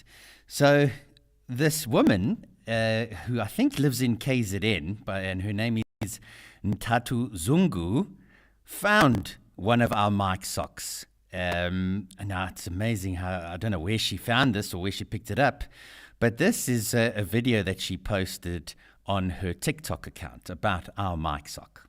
I just want to confess that I have the most random thing you'll ever think of. And I'm not going to give it back. I'm so sorry to whoever lost this. I'm so sorry. It's such a fun thing to own. I don't know what it's called. A mic muffler. A mic noise canceller from 702. It's the coolest thing ever. I'm so sorry. Whoever lost this, I want to assure you that I'm pro 702. This has definitely landed by the right person. I wish I was into news like that, like news anchoring. But I just feel like I have a new calling. Twinkle, twinkle, little star. Oh, how I wonder what you are. Up above. So I don't know if you've seen, there's a video now that she's posted subsequently to this one. Yeah. Where she goes and she finds a cow and she's interviewing the cow. With a mic covered. Yes, with our mic sock. Yes. It's absolutely hysterical. No, very, very funny. And well done to her if she's going to turn some content into it. Those mic socks are not cheap, by the way. I have heard before when they dish them out. Yes. Be very careful with these because they are not cheap. And then that's why they don't get replaced very often. Very yes. often. Yeah. And we don't have individual ones. And so we all speak into the same mic. I do know one presenter has their own mic. Who's sock. that? Yes. Well, if you buy me lunch, maybe I'll let you know who it is. Yes. Maybe he or she knows the right people. But anyway. I just know you. Go figure. So this is obviously with her, it's finders keepers. She's not sending it back to us or anything like that. She's going to keep it. But I wanted to ask our 702 family this morning. We've often spoke about things that you have lost, right? But now I want to speak about things that you have found that are really, really cool. And maybe you went to the trouble, hopefully, and you found the owner and you gave it back. But perhaps you just kept it and it was like, okay, finders keepers. And then the other question, Bongles, is, maybe you were responsible for something at work and you ended up losing it. And it went missing, and then you had to confess and tell your boss or your superior that it had gone missing. I don't know who in our technical department on an OB may have misplaced our sock in KZN, but we won't judge because there's two shows. There's two shows that have been in KZN for OBs recently. Yes. One between 9 and 12, and the other between 3 and 6, the one that you work on, Kabazela, but we won't blame you for this. But I'm not responsible for setting up. I'm not responsible. So you're not for confessing setting up. today. All right. No. You lost something that you were responsible for at work, and did you confess? And what's the coolest thing you have found randomly, and did you keep it? 702 Feedback with Rupfiwa. Confess, Rupfiwa. Confess. Yes, what have you lost at work? You know what I lost, Bongani, and we had to go through hours of footage in order to it. try and find it, and it was your headphones. And I can't keep those anymore. They've been taken out of my care and put in the care of Amoramela. Do you know how many pens I've lost on this team, around this team, including one on Friday that Amo might know a thing or two about? What else you got? Bongani, we have listeners that are reacting to your question about public facilities, and it seems like one of those facilities that should be open 24/7 to the public is definitely a public restroom, Bongani. We also had a voice note coming through from Pumlani speaking about how he feels that a service that should be open 24/7 is a clinics all around. They would reduce waiting time. They would be able to accommodate the public more frequently. They would increase the capacity for nurses and actually give them a little bit more relief, Bongani. So those are the facilities that should be definitely open 24/7. All right, we'll give you more responses to all that we've raised on the show. And coming up, we meet some more parties. I'm not going to say small or big, in case, that goes where I don't want it to go. We'll meet some parties coming up. This is EWN. Kat Matlala's alleged crimes linked to police are expected to be under the spotlight at Madlanga, and UCT waits to make its move in another legal matter involving a vice-chancellor. Good morning, I'm Sfiso Zulu. Suspected crime boss Vusmuzi Kat Matlala's alleged influence over certain police officials through bribery is set to come under scrutiny at the Madlanga Commission when he appears today. Matlala has been subpoenaed to testify over the next 2 days at the Commission as it prepares to submit its final report in November. He's been at the center of allegations of criminal interference within the police and judiciary. Karinda Jagmohan has more. Several witnesses, including crime intelligence head Dumisani Khumalo, claim Vusimusi Kat Matlala infiltrated the SAPS via help from within. Chats between Vusi Matlala and Brown Mukhosi suggest that Mr. Matlala seemed to have a special relationship with General Khan. Matlala allegedly once offered a bag of money to clear the police's Feroz Khan in a disciplinary hearing. He also testified in Parliament last year that he handed bags of cash to former police minister Beki Cele. We always operate with Muli's bag. That's the money bag. Matlala remains in custody at the Kgosi Mampuru prison, where he's been awaiting trial for over a year. Karinda Jagmohan, Eyewitness News. Judgment is expected to be handed down in the case of a man accused of setting a Joburg building on fire where 76 people died. Prison officials last week delayed proceedings after failing to bring Thembiso Mdlalose to the High Court. Mdlalose faces 76 counts of murder and 12 counts of attempted murder linked to the 2023 blaze that tore through the hijacked 5-story Usindiso building.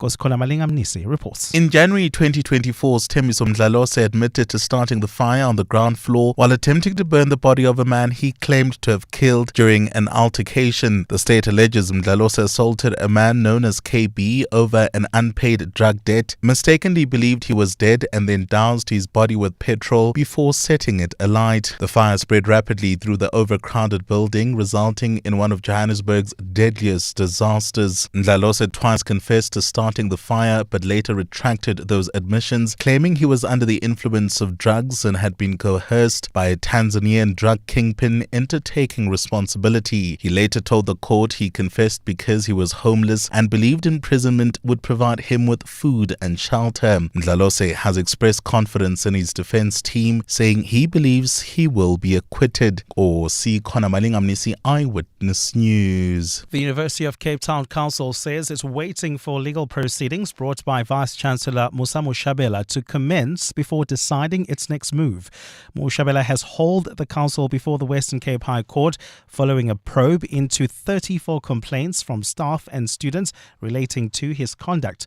The council met over the weekend to discuss the matter as Mushabela seeks to challenge its decision to impose remedial measures after the investigation found no basis for disciplinary action. Carlo Peterson reports. UCT Council Chairperson Norman Arendse says the council will wait for Vice-Chancellor Musa Mushabela to submit his court papers before making a decision on how to proceed. Arendse says the council is willing to participate in mediation and has resolved to suspend its measures against Mushabela pending the outcome of court proceedings. Arendse says the council will continue to respect the rights of all parties involved, especially the confidentiality requirements related to matters before the University Ombud and Council. Carlo Peterson, Eyewitness News. And more than 12,000 people are still displaced after an earthquake rattled Indonesia over the weekend. The 7.7 magnitude quake struck early on Saturday, killing 53 people and injured more than 100. Indonesia experiences frequent earthquakes due to its location in the Pacific Ring of Fire, an arc of intense seismic activity stretching from Japan through Southeast Asia and across the Pacific Basin. A devastating 9.1 magnitude tremor in 2004 struck off the coast of Sumatra and triggered a tsunami that killed 220,000 people throughout the region and about 170,000 of them in Indonesia. Gold is trading at $4,394.47 an ounce. The rand is at 16.15 to the dollar, 21.89 to the pound, 18.71 to the euro. Brent crude oil is at $88.62 a barrel.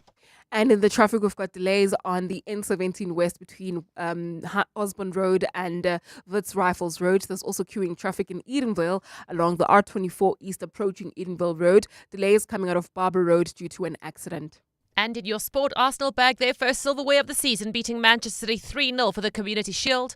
Orlando Pirates coach Abdeslam Wadu downplays a rift between him and players after yesterday's 3-0 win over Chipper. They're back top of the table. And the All Blacks suffer further injury blows ahead of the first test of the Springboks. A fine day in store for Gauteng. The temperatures will peak at highs between 23 and 24 degrees.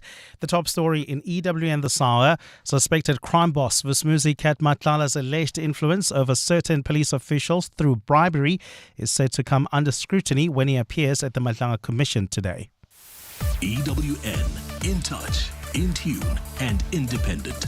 For the latest, visit ewn.co.za or download the EWN app.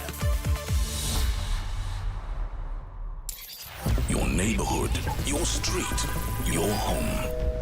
Your local government election coverage lives on 702 Cape Talk and ewn.co.za. Download the EWN app. This is 702 Breakfast with Bongani Bingwa, brought to you by BCX. Built on trusted connectivity, powered by cloud, strengthened by security, enabled by AI. This is Breakfast with Bongani Bingwa on 702. Let's walk the talk.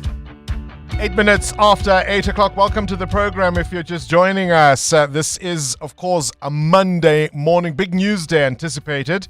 Well, I said that on Friday, didn't I? Particularly when it came to the Northwest businessman Suleiman Karim. I thought he was going to make it to the Matlanga Commission of Inquiry. Clement Manyatela said, no, he's made all these excuses before. Why would he change tack now? And, of course, he was proved correct, was he not? Remember Advocate Camille Premid, who is, of course, the lawyer for, or at least the attorney, the advocate represent, you know what I mean. Konke zonke lawyer, attorney for Suleiman Karim. Here's some of his argument on Friday. Part and parcel of the tender that was made as to why the doctor would make himself available. Because you'd remember the doctor didn't only say, obviously subject to in camera because it's about medical information, I'll come here and opine to you. Express reference was made about cross-examining him and so on. So to the extent that there's been any prejudice caused to the commission as a result of the late receipt of that report, all of those mechanisms which were tendered previously, and in fact the doctor tenders once again in the latest medical report, is available to the commission. And if the commission wants to do anything with that, their own witnesses and follow up however they want to, will be in the commission's hands in that regard. But I must place that on the record because any suggestion that my client is just running away from accountability and not himself, through his family and medical representatives, doing whatever he can to cooperate with the commission in the circumstances in which he finds himself, needs to be responded to, and I won't take it further than that. That was that on Friday. A little earlier, we talked about those who have just turned 58, all these superstars. Michael Jackson would have been turning 58 on the 29th of August. 68. They were born in 1958. That's where my confusion is. Have you ever thought Michael Jackson is the same age as Anita Baker and Angela Bassett and Madonna? Listen to the pop superstar giving an interview about losing her mother to breast cancer when she was just 5 years old. Why do you feel hurt by life? Why am I so hurt? I think, losing my mother at a very young age was a devastating experience. And I really did feel completely abandoned at that point in my life. And I'm sure that has influenced every decision that I've made. And sort of left me with a feeling, a hunger, a longing, a feeling of emptiness. You sort of grow up being afraid to love things because they're going to leave you. And maybe that's why I overreact to things. I'm oversensitive to things because a lot of times I think, are both of your parents still alive? Yeah. Are you close to them? I am. Yeah. Isn't it great to be able to call them up? And I don't know, I don't know if you call your mother all the time, but it's so, I call my mother all the time. yeah, well, I am constantly, in these situations where I'm completely frustrated and absolutely no one can come to my rescue and make me feel better. And I always say, God, I wish I had a mother that I could call. And I don't. This is an interview with Madonna speaking to ABC's Primetime Live about losing her mother, who died on the 1st of December 1963 when Madonna was just 5 years old. This is Breakfast with Bongani Bingwa on 702. Let's walk the talk. 12 minutes after 8 o'clock, one of the things we are doing, of course, is going on what you might call speed dates with some of the candidates that would be your next mayor in Johannesburg in particular. We invited some of the parties, and not to offend Herman Mashaba again, who are not usually thought of as the larger parties. Is that euphemistic enough? Let's start with Build One South Africa's Nobuntu Hlazo Webster, who joins us now on the line, the Bossa candidate to wear the mayoral chains of Johannesburg. A very good morning to you and welcome to our program. Good morning, Bongani, and thank you so much for having me. Have you paid your 10%, eh? Moving on swiftly along. Moving swiftly along. What compelling case does Bossa make to the residents of Johannesburg? Why should you be made mayor? First let's start here. We don't have a government or governments in this country who suffer from plans, who suffer from policy. Nobuntu, are you there? We lost you there for a second. All right, please continue. So I was saying that our country, whether it's local government, whether it's national government, doesn't suffer from policy and plans. The reality is that we suffer from leadership that has political will. We suffer from leaders that are competent, from leaders that can deliver. And that is the one primary thing that we need quite desperately in Johannesburg. I think if you look at what we've seen in Johannesburg over the past years, really, really at the center of it sits the lack of political will, sits the lack of general leadership and authority, and that is the primary thing that you bring, because before anything else we can talk about, you have to know that you have the right leadership and that you place the right leadership as well in key positions within the city. So that is the first. The second is that we have a... Oh, we're losing you there. The line is really just not helping us there. Nobuntu, the line is not helping us there. I mean, what you are outlining is a case that could be made by any of the other parties. What I'm asking you is, why is Bossa a compelling case for Joburg residents? I don't know how much you heard of what I said, but it seems our line is failing us. I heard most of it, which is why I can continue to the next question. So I'm saying... Oh, great. You can hear me then. Yeah, we can, but it's getting interrupted. All I'm asking you is, what's the compelling case for Bossa? So what I had started saying, which you might have missed, is that the fragmented authority. So you have these multiple utilities that exist in the city of Johannesburg. And that fragments authority, and ultimately then it fragments accountability. You actually do not have the accountability that you need. The first I spoke about is leadership, and it is important. And I think that that's not something to downplay or something to undermine as being an impediment to delivery in Johannesburg. But you also then have structural issues that need to be fixed. One being that you bring some of the basic functions of running the city back into the city. You have various utilities, 11 utilities, Johannesburg, of which some of them have to come back and have the mayor accountable for delivery on those basic services, particularly water, electricity, roads, sewage, bringing those back. And then you ultimately, secondly, have to make sure that and the political will is that Johannesburg has to move from crisis to crisis. And so the compelling case then becomes, first of all, dealing with the leadership issues and ensuring that ultimately you are delivering on a plan, you have a sustainable implementation. as an example now, the basic services issues in Johannesburg are because infrastructure is not maintained.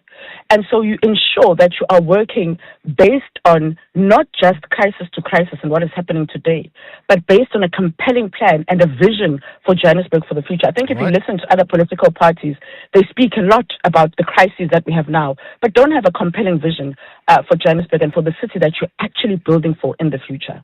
Right, bring all the services into the city, get rid of the excess, if you will. That's the case that Nobuntu Hlazo Webster is making for Build One South Africa. Listening to that, and cheekily, he's getting a second bite at this cherry because he was on Clement Sturgis the other day. Lukhona Mnguni for Rise Mzansi, their mayoral candidate. Lukhona, it's very easy. You're an analyst. You know how these things go. No resident of Joburg will tell you they don't know the problems the city faces. What solutions do you offer? Good morning, Bongani, and good morning to your listeners. I think something that Nobuntu has touched on, but that really gets taken to the backseat is the quality of people who call themselves politicians, because yourself, Bongani, myself, people like Nobuntu and others have checked out of the politics for a too long a period. And we've really allowed the space to be occupied by the least honorable among ourselves. And I think the first issue is to say to Joburg residents, we really need the best among ourselves to put up their hands, go and fight for those seats in council, occupy those seats in council, and then take the delivery of services very seriously. However, Bongani, as Rise Mzansi, we've put a proposition for a safe, clean, and prosperous Joburg. And by that, we say on Pillar 1, we will root out criminality, because if Joburg is not safe, you can't do business. If Joburg is not safe, you can't really buy a home. We're having the same issue with the line. Are you serious? Can all of you just fix the lines? No. It must not hear you clearly. It must be your line. Your service delivery this morning is poor. Your service delivery. Hold on. I tell you what. Maybe we'll redial you, because I do want to hear what you have to say. To make the case for Rise Mzansi. Also, of course, hoping to wear the mayoral chains is Mo Africa Mandla Mukwena, who is the African People's Convention Johannesburg mayoral candidate, and he joins us now on the line. Mo Africa, very good morning to you. Are you able to hear us? Yes, I'm able to hear you. Good morning, Wongani. Good morning to our listeners, and good morning to our other panelists. A very good morning, and thank you so much for having us. All right. What do you say to people who say, hang on, African People's Convention? We haven't heard of you guys since Themba Kodi. Are you guys still around? Yes, of course. We are still around, growing from strength to strength. Yes, APC is still around. We are doing well. We are doing fine. We are here. We are in the arena. We are going to compete. We are going to contest the elections this year. So what's your pitch for Joburg residents? Yeah, for City of Joburg, fortunately, I'm a councillor there currently, and I've seen, most of the things that need to be done correctly. As APC correctly said, that we have a good track record in terms of good governance. As you know, we chaired SCOPA through our president for 13.5 years. And SCOPA was alive and very effective during our tenure. We held people accountable. We called for investigation for fraud, corruption, and irregularities. So we are going to continue in the city of Joburg and do the same. I can tell you that on the basis of what I've seen and our participation in council, we have noted one main issue that needs to be addressed is that we need to definitely move as close as possible to what-based budgeting, where all wards, they've got equitable share of the budget, so that their IDP priorities are definitely been taken care of in a given financial period, and also to make it sure that we stabilize the city finances. We can't over-rely on debts because those debts that they attract a lot of interest charges that the city cannot afford. So for us to make it sure that we have a city that is working for our people is that we must also try as best as we can to ring-fence the city revenue, especially from the service entities. Yeah. So that when we ring-fence that, I'm just giving an example. If we ring-fence a certain portion of Joburg water revenue to deal with primarily with the infrastructure backlog, infrastructure maintenance, so that we have running water for all without any interruption. Similar way to city power, you should do the same. Similar way to pick it up. Those are service entities that really they provide essential services that they don't need any interruption of any form. So that's where we want to prioritize as the ATC. Thank you. Okay. Keeping an eye on the money, essentially.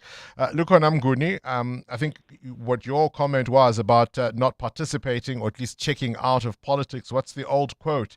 If you don't take an interest in the affairs of your government, you're doomed to live under the rule of fools, right? Isn't that how Plato put it?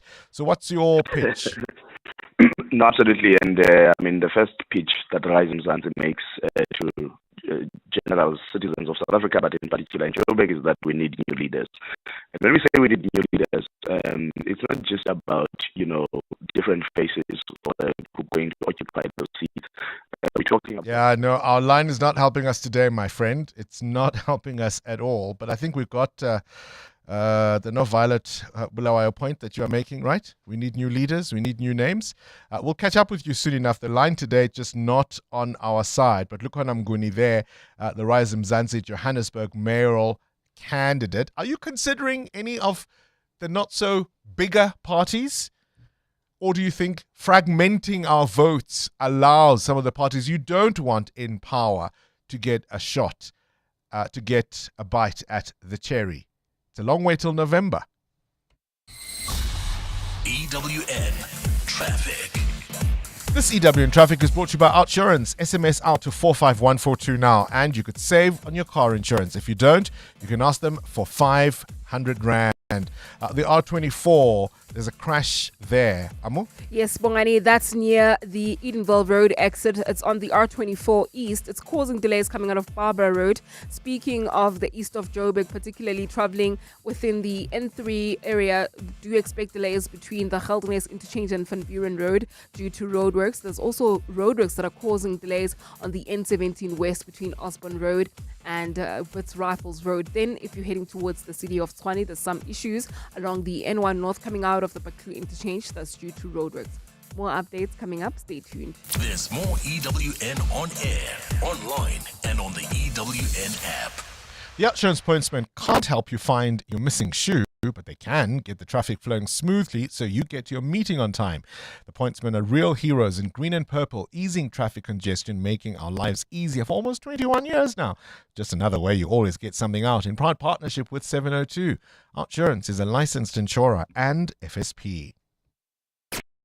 702, The World View. With Adam Gilchrist. News from elsewhere in the world. We've been talking about drones and missiles, attacks and counterattacks. What's the latest between Russia and Ukraine, Adam? Yeah, it's intensified, and indeed targets further away are getting hit now. So we know Ukraine has expanded its drone attacks even 2,500 kilometers into Russia. The backdrop, of course, is that Russia itself is continuing to target Ukrainian cities, civilian areas included.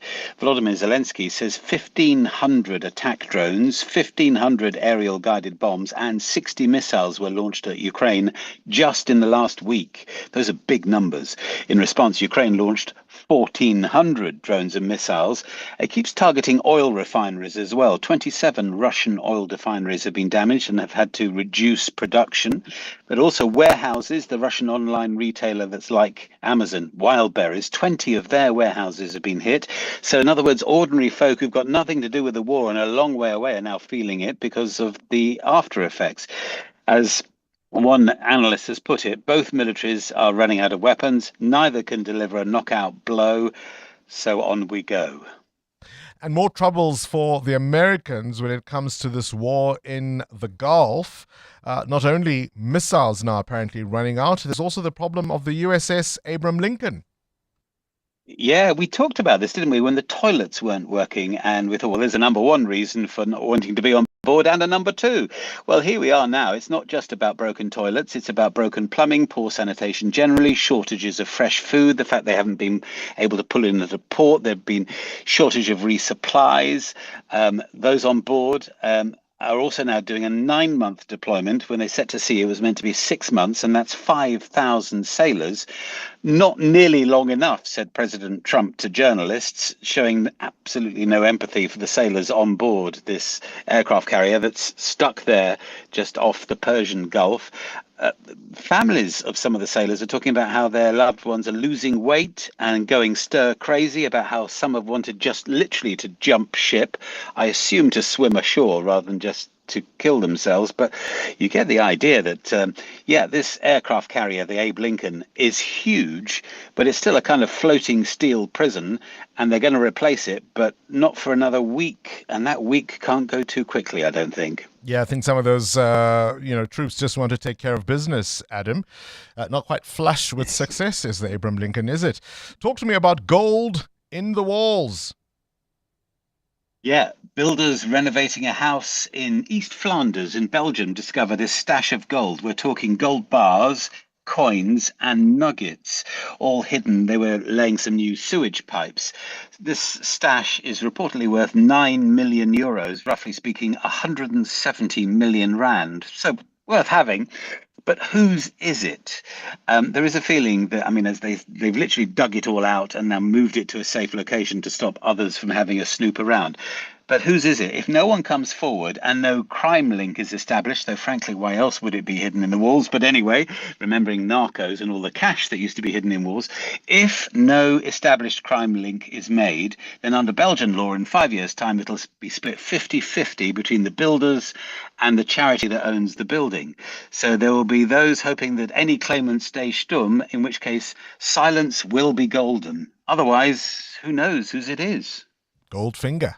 How about that? Adam Gilchrist this morning and Worldview. EWN Business. 28 after 8, our final business update for the morning. Matera, what do you have? Bongani Group says Mike Bozeman has tendered his resignation as independent non-executive director and chairman of the board with effect from today, the 17th of August. The retailer says its independent non-executive director and deputy chair of the board, Dr. Shirley Zinn, has also tendered her resignation. Mike Bozeman was appointed chairman in December of 2022 at a time of exceptional difficulty for the group due to serious governance matters. The board has resolved to appoint Mr. Lwazi Koyana, an independent non-executive director and risk committee chair, as interim chairman of the board. This year, SPAR also saw the introduction of a new group CEO in Riza Isaacs, who stepped into the executive role in March, facing historical execution shortfalls. The group also aggressively rotating its corporate strategy to prioritize independent retailer profitability. On the markets in Japan, that economy expanding by 1.1% in the second quarter on a year-on-year basis, but still missing expectations of 2% growth as a softer domestic demand offset stronger exports. The figure was compared to the 2.1% in the previous quarter.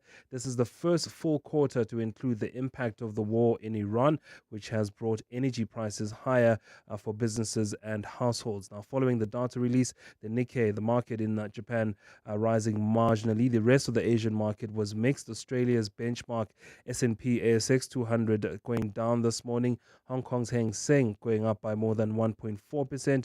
And mainland Chinese shares, the CSI 300, also up marginally. In South Korea, not trading today because of a public holiday. Then, how things ended then for the JSE on Friday, down 54 points. Industrials were lower.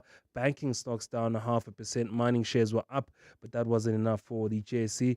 The likes of Exxaro down 3%. Absa down 2.5%. Standard Bank down 2.6%, with retailer Mr. Price down 2%. Some losses for Clicks as well. Sasol was up 2%. The JSE up 2.7%. MTN Group up 1.5%, with Sibanye Stillwater up 1.5% rather. The rand this morning punching above its weight at 16 rand 14 cents now against the US dollar, 18 rand 71 cents against the euro, and 21 rand 88 cents gets you a British pound. Price of gold at $4,394 an ounce, stronger this morning, while platinum is weaker at $1,760. Brent crude at $88.31 a barrel. That's your morning business. Stephen Krotas with more analysis later this afternoon. All right, let's go straight to the Madanga Commissioner of Inquiry. Some concerns there this morning, Sfiso. That's right, Bongani. Security is on high alert at the Bridget Mabandla Justice College in Pretoria, where alleged crime boss Vusmuzi Matlala is set to appear for testimony in the next hour. Matlala has been subpoenaed to testify over the next 2 days, with his alleged ties to senior SAPS officials expected to come under scrutiny. We cross now live to our reporter Karinda Jagmohan, who's at the commission. Karinda, what's unfolding there? So a fire truck has been on the premises for the past hour as part of a fire drill. Firefighters were said to have also been clearing strong fumes caused by varnish used to clean the room where the commission sits. Now, a similar incident happened 2 months ago for the same reason. Kat Matlala's testimony is highly anticipated, with the commission reminding attendees of security measures within the building.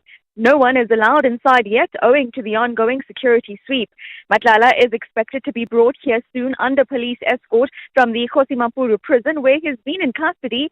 Meanwhile, commissioners also remain under guard as they travel to this building. Karinda Jagmohan, Eyewitness News, reporting live from Pretoria.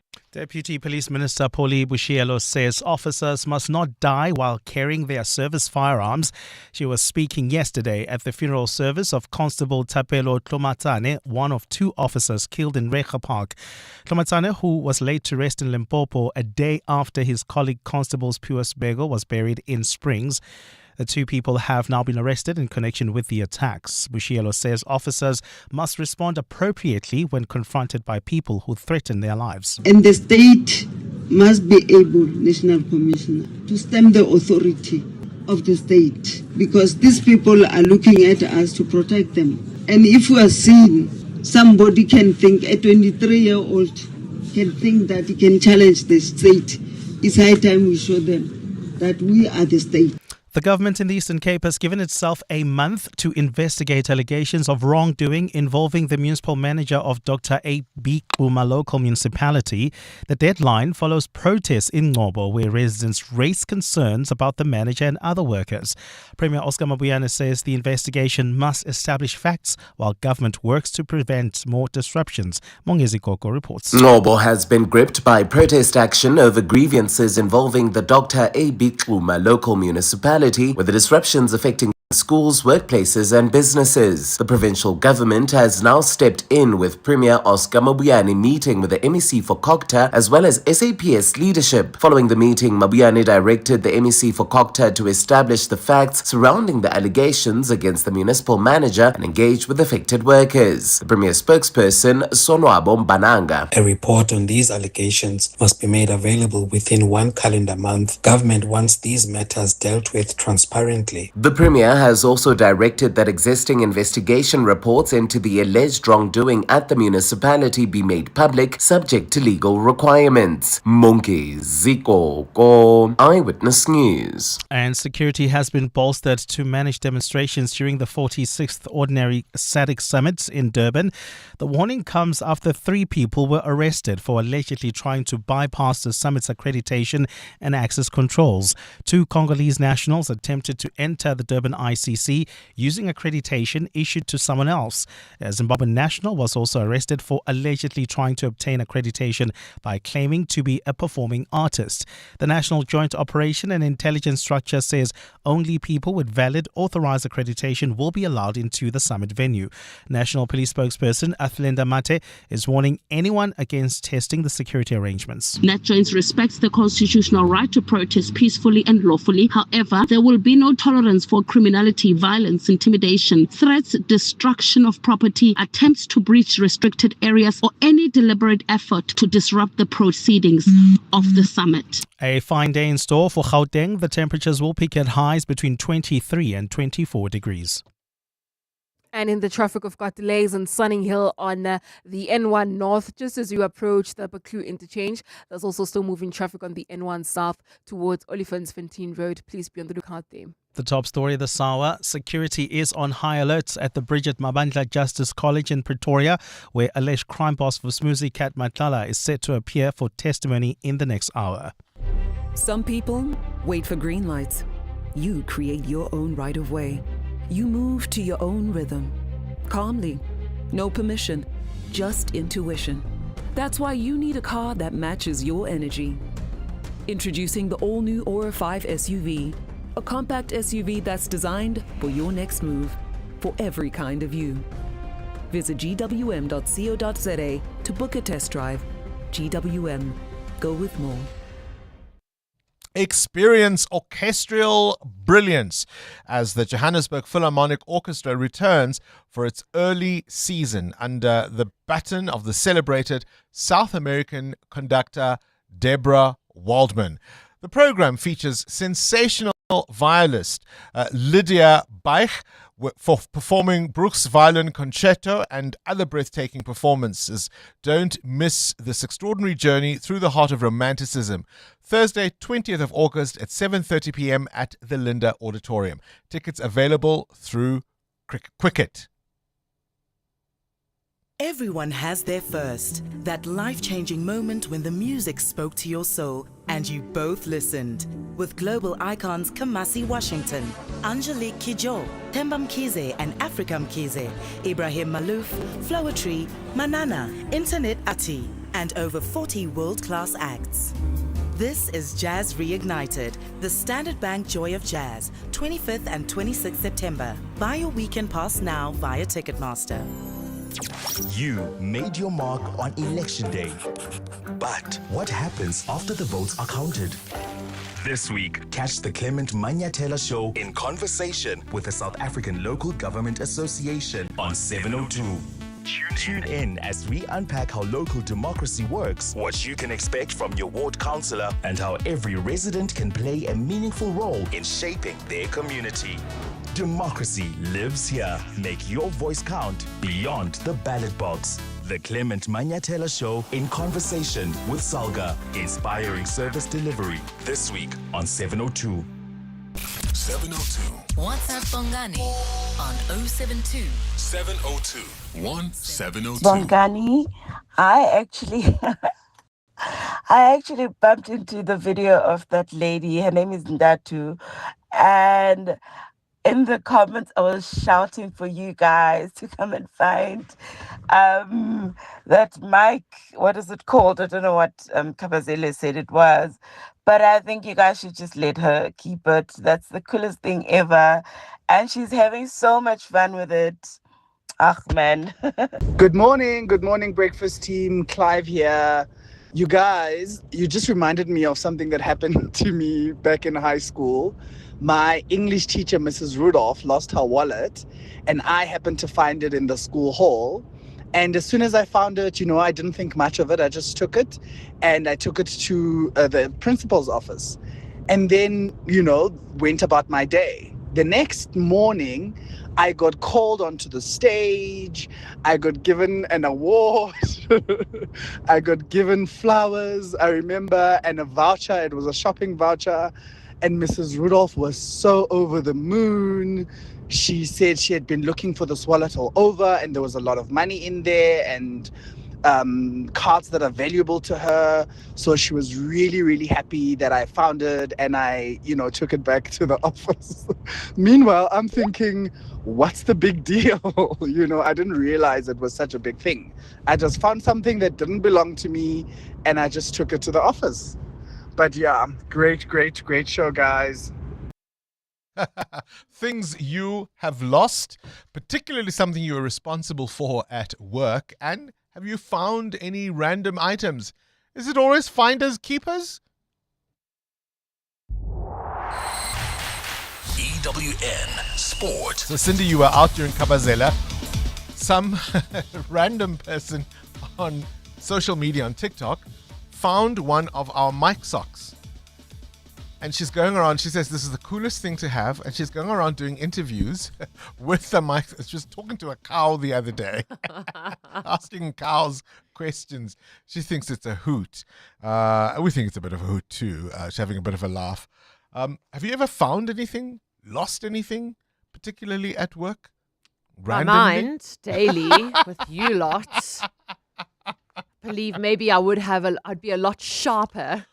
Oh gosh! All right, if I so didn't have children at home and in the and at workplace. work, yeah. I mean, an hour ago, you were managing my celebrations for Pirates, who of course did Crikey. incredibly well this past weekend. But You were at a 12. that's not the only good news. We need you at a 6. That's not the only good news. Yes, because?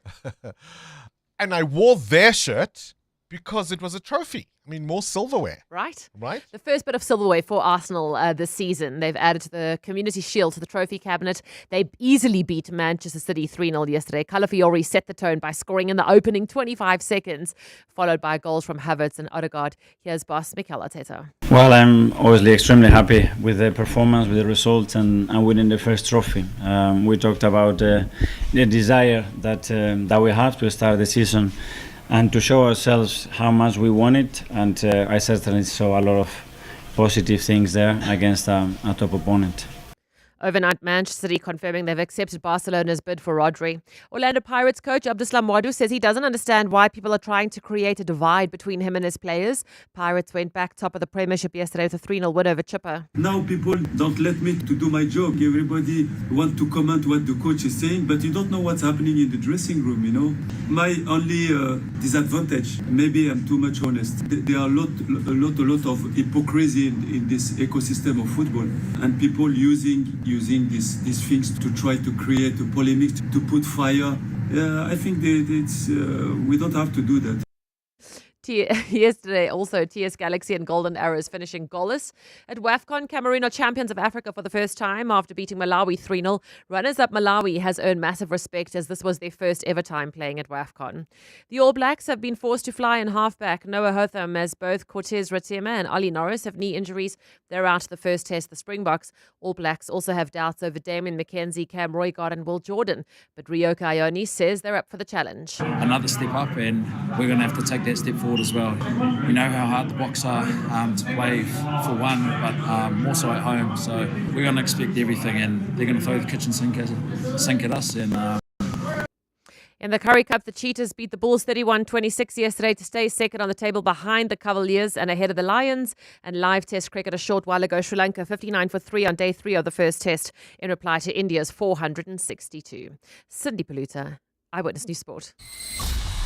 EWN Traffic. 16 to 9. Let's catch up with the roads. One last update for breakfast this morning. Amu? Well, Bongani, we've got an accident in Randburg. It happened on the N1 North right near Malibongwe Drive, delays from Beyers Nodia Drive. There's also that accident seen in Edenville on the R24 East right near Edenville Road, delays from Barbara Road while heading towards Sunninghill. Do you expect delays on the N1 South between Allendale Road and the Baku interchange? That's due to roadworks. More roadworks are causing delays on the N17 West. That's between Osborne Road and Wits Rifle Road.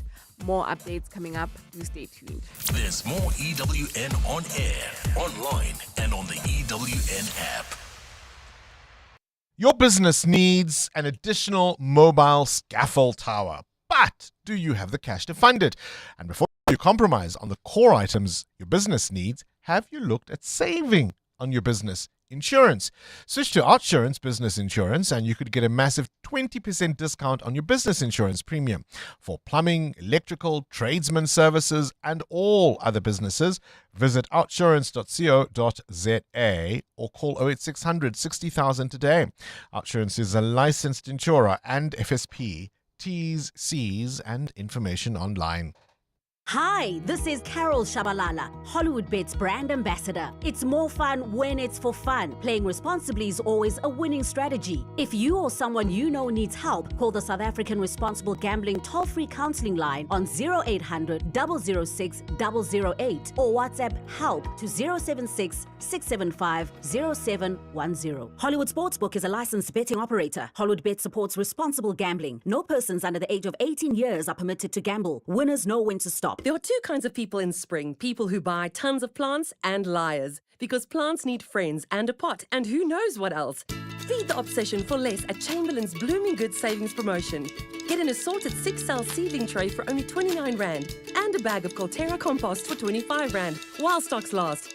Visit your nearest Chamberlain from 13 August to 13 September for friendly service, expert advice, and absolutely everything you need to make your home summer ready. Chamberlain, famous for hardware since 1903. AI, global markets, and trillion-dollar companies.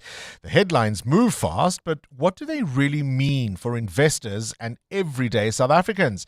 This Wednesday, catch 702 Drive with John Perlman in conversation with 91, unpacking trends, shaping markets, investments, and the future of the global economy. Discover what's driving today's biggest investment conversations. 702 Drive with John Perlman in conversation with 91 this Wednesday on 702.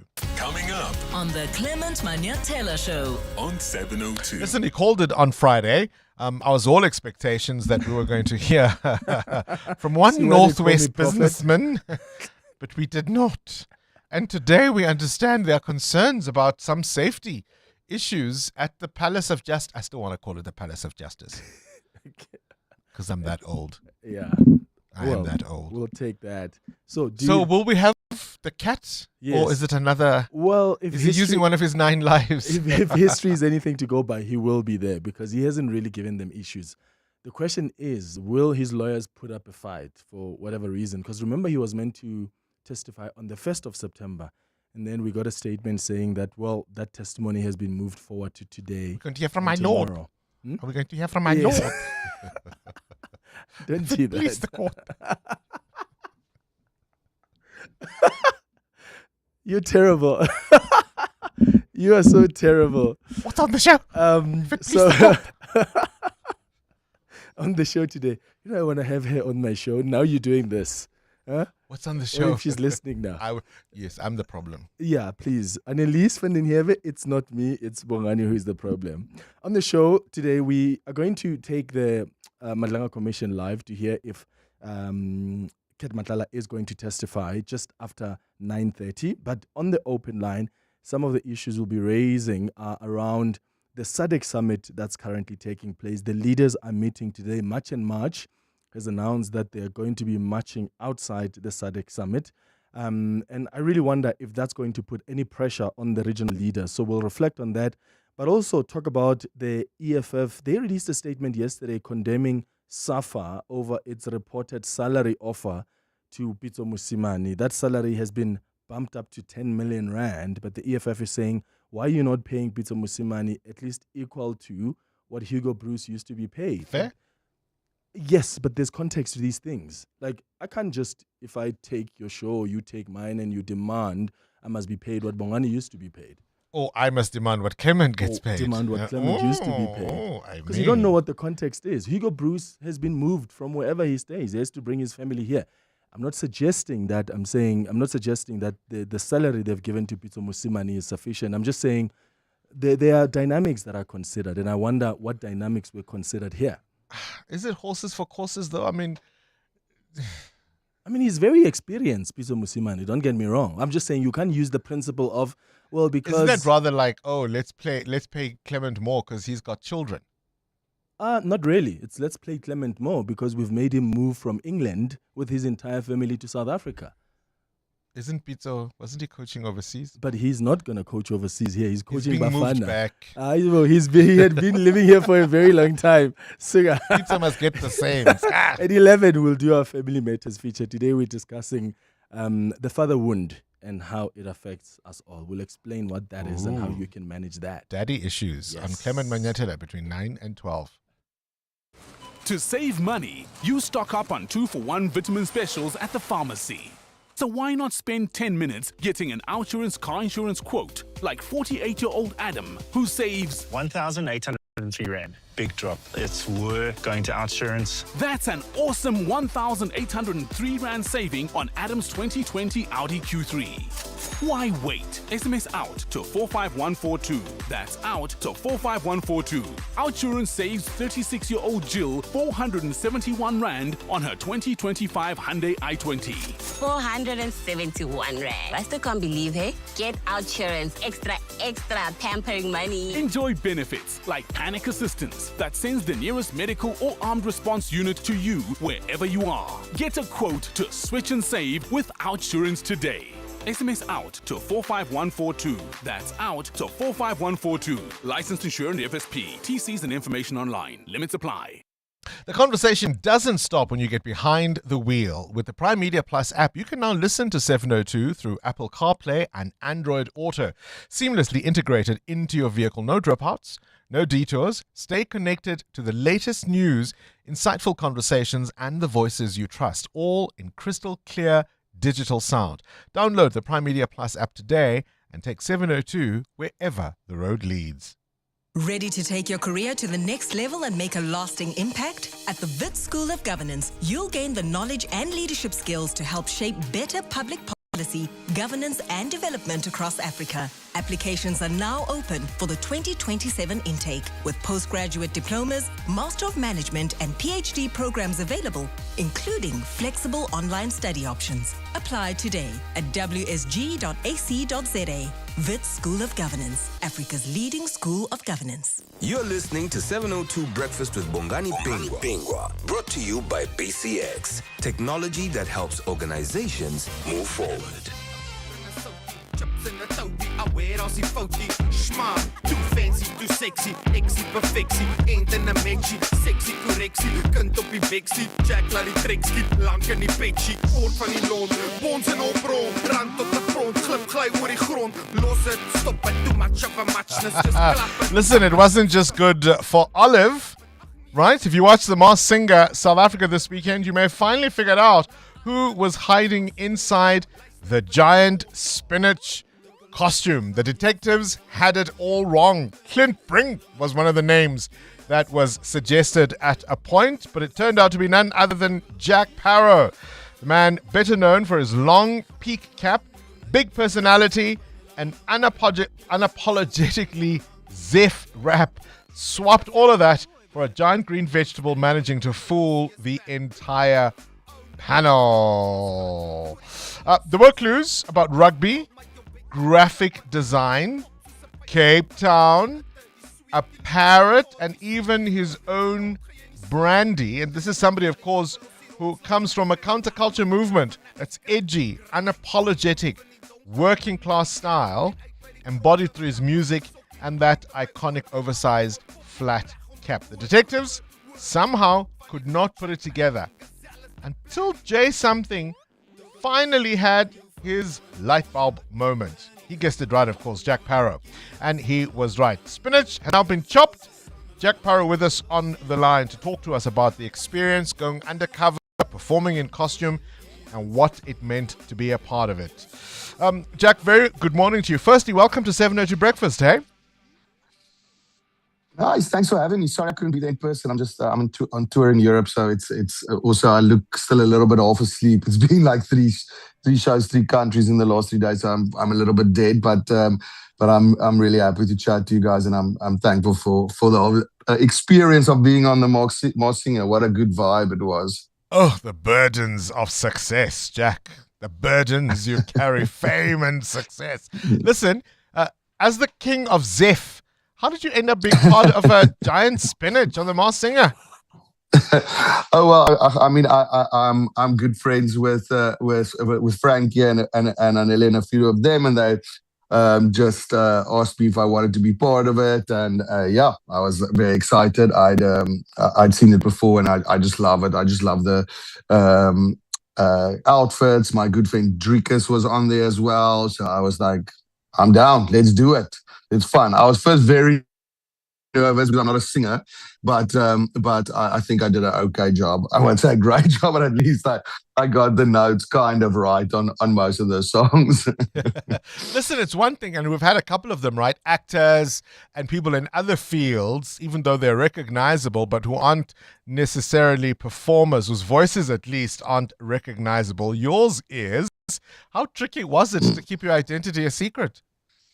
It was. I had to when I was singing. I had to like kind of put a little bit of a accent or a different tone on my voice because my voice is so like pitchy, like recognizable from that point of view. So it was a little bit difficult, and I had a skrik at the start when Jay straight out the bat was already kind of saying that he thinks it's me. Luckily, he didn't guess me, but yeah, he was from the start. So.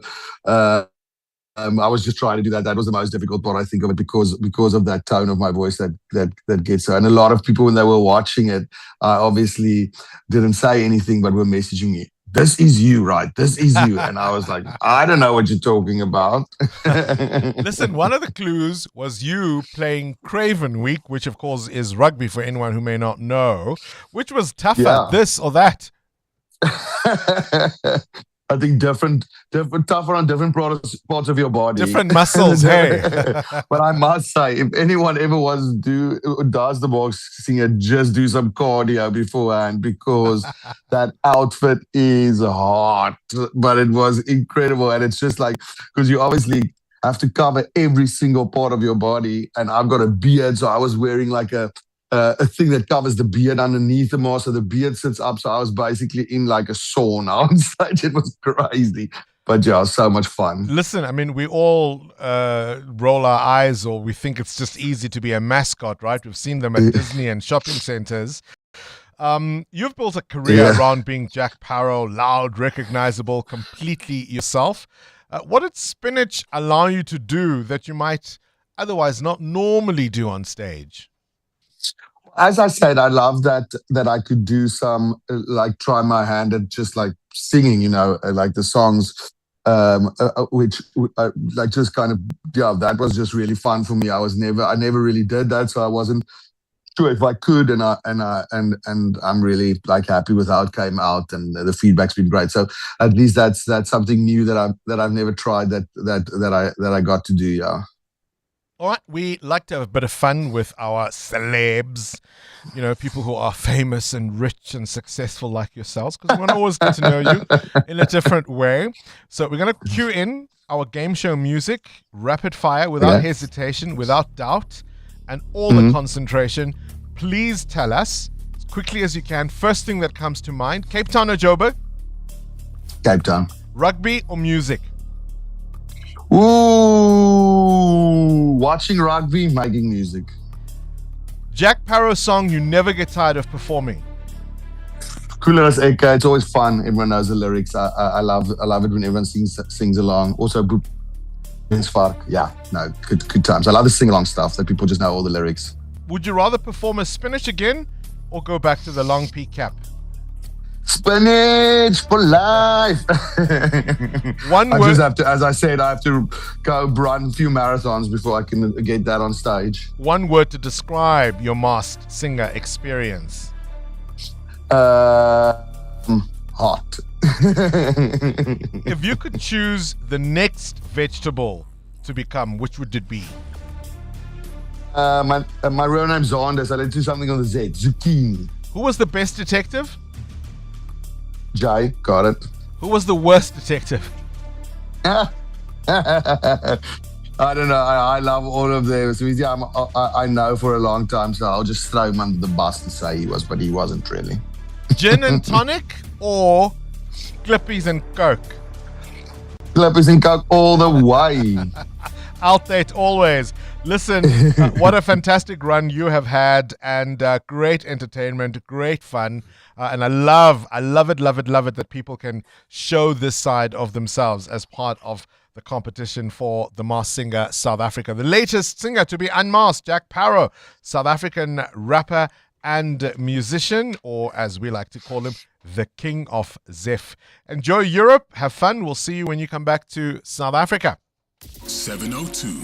More than a radio station. Let's walk the talk. Oh, look at the time. It's 9 o'clock. 702 Breakfast with Bongani Bingwa was brought to you by BCX, connecting cloud, telecom business connectivity, AI, and more to help organizations reduce complexity, improve resilience, and unlock opportunities. This is EWN. Good morning, I'm Sfiso Zulu. Suspected crime boss Vusmuzi Kat Matlala's legal team has arrived at the Bridget Mabantla Justice College. Karinda Jagmohan reports. Several witnesses, including crime intelligence head Dumisani Kumalo, claim Vusmuzi Kat Matlala infiltrated the SAPS via help from within. Chats between Vusi Matlala and Brown Mukho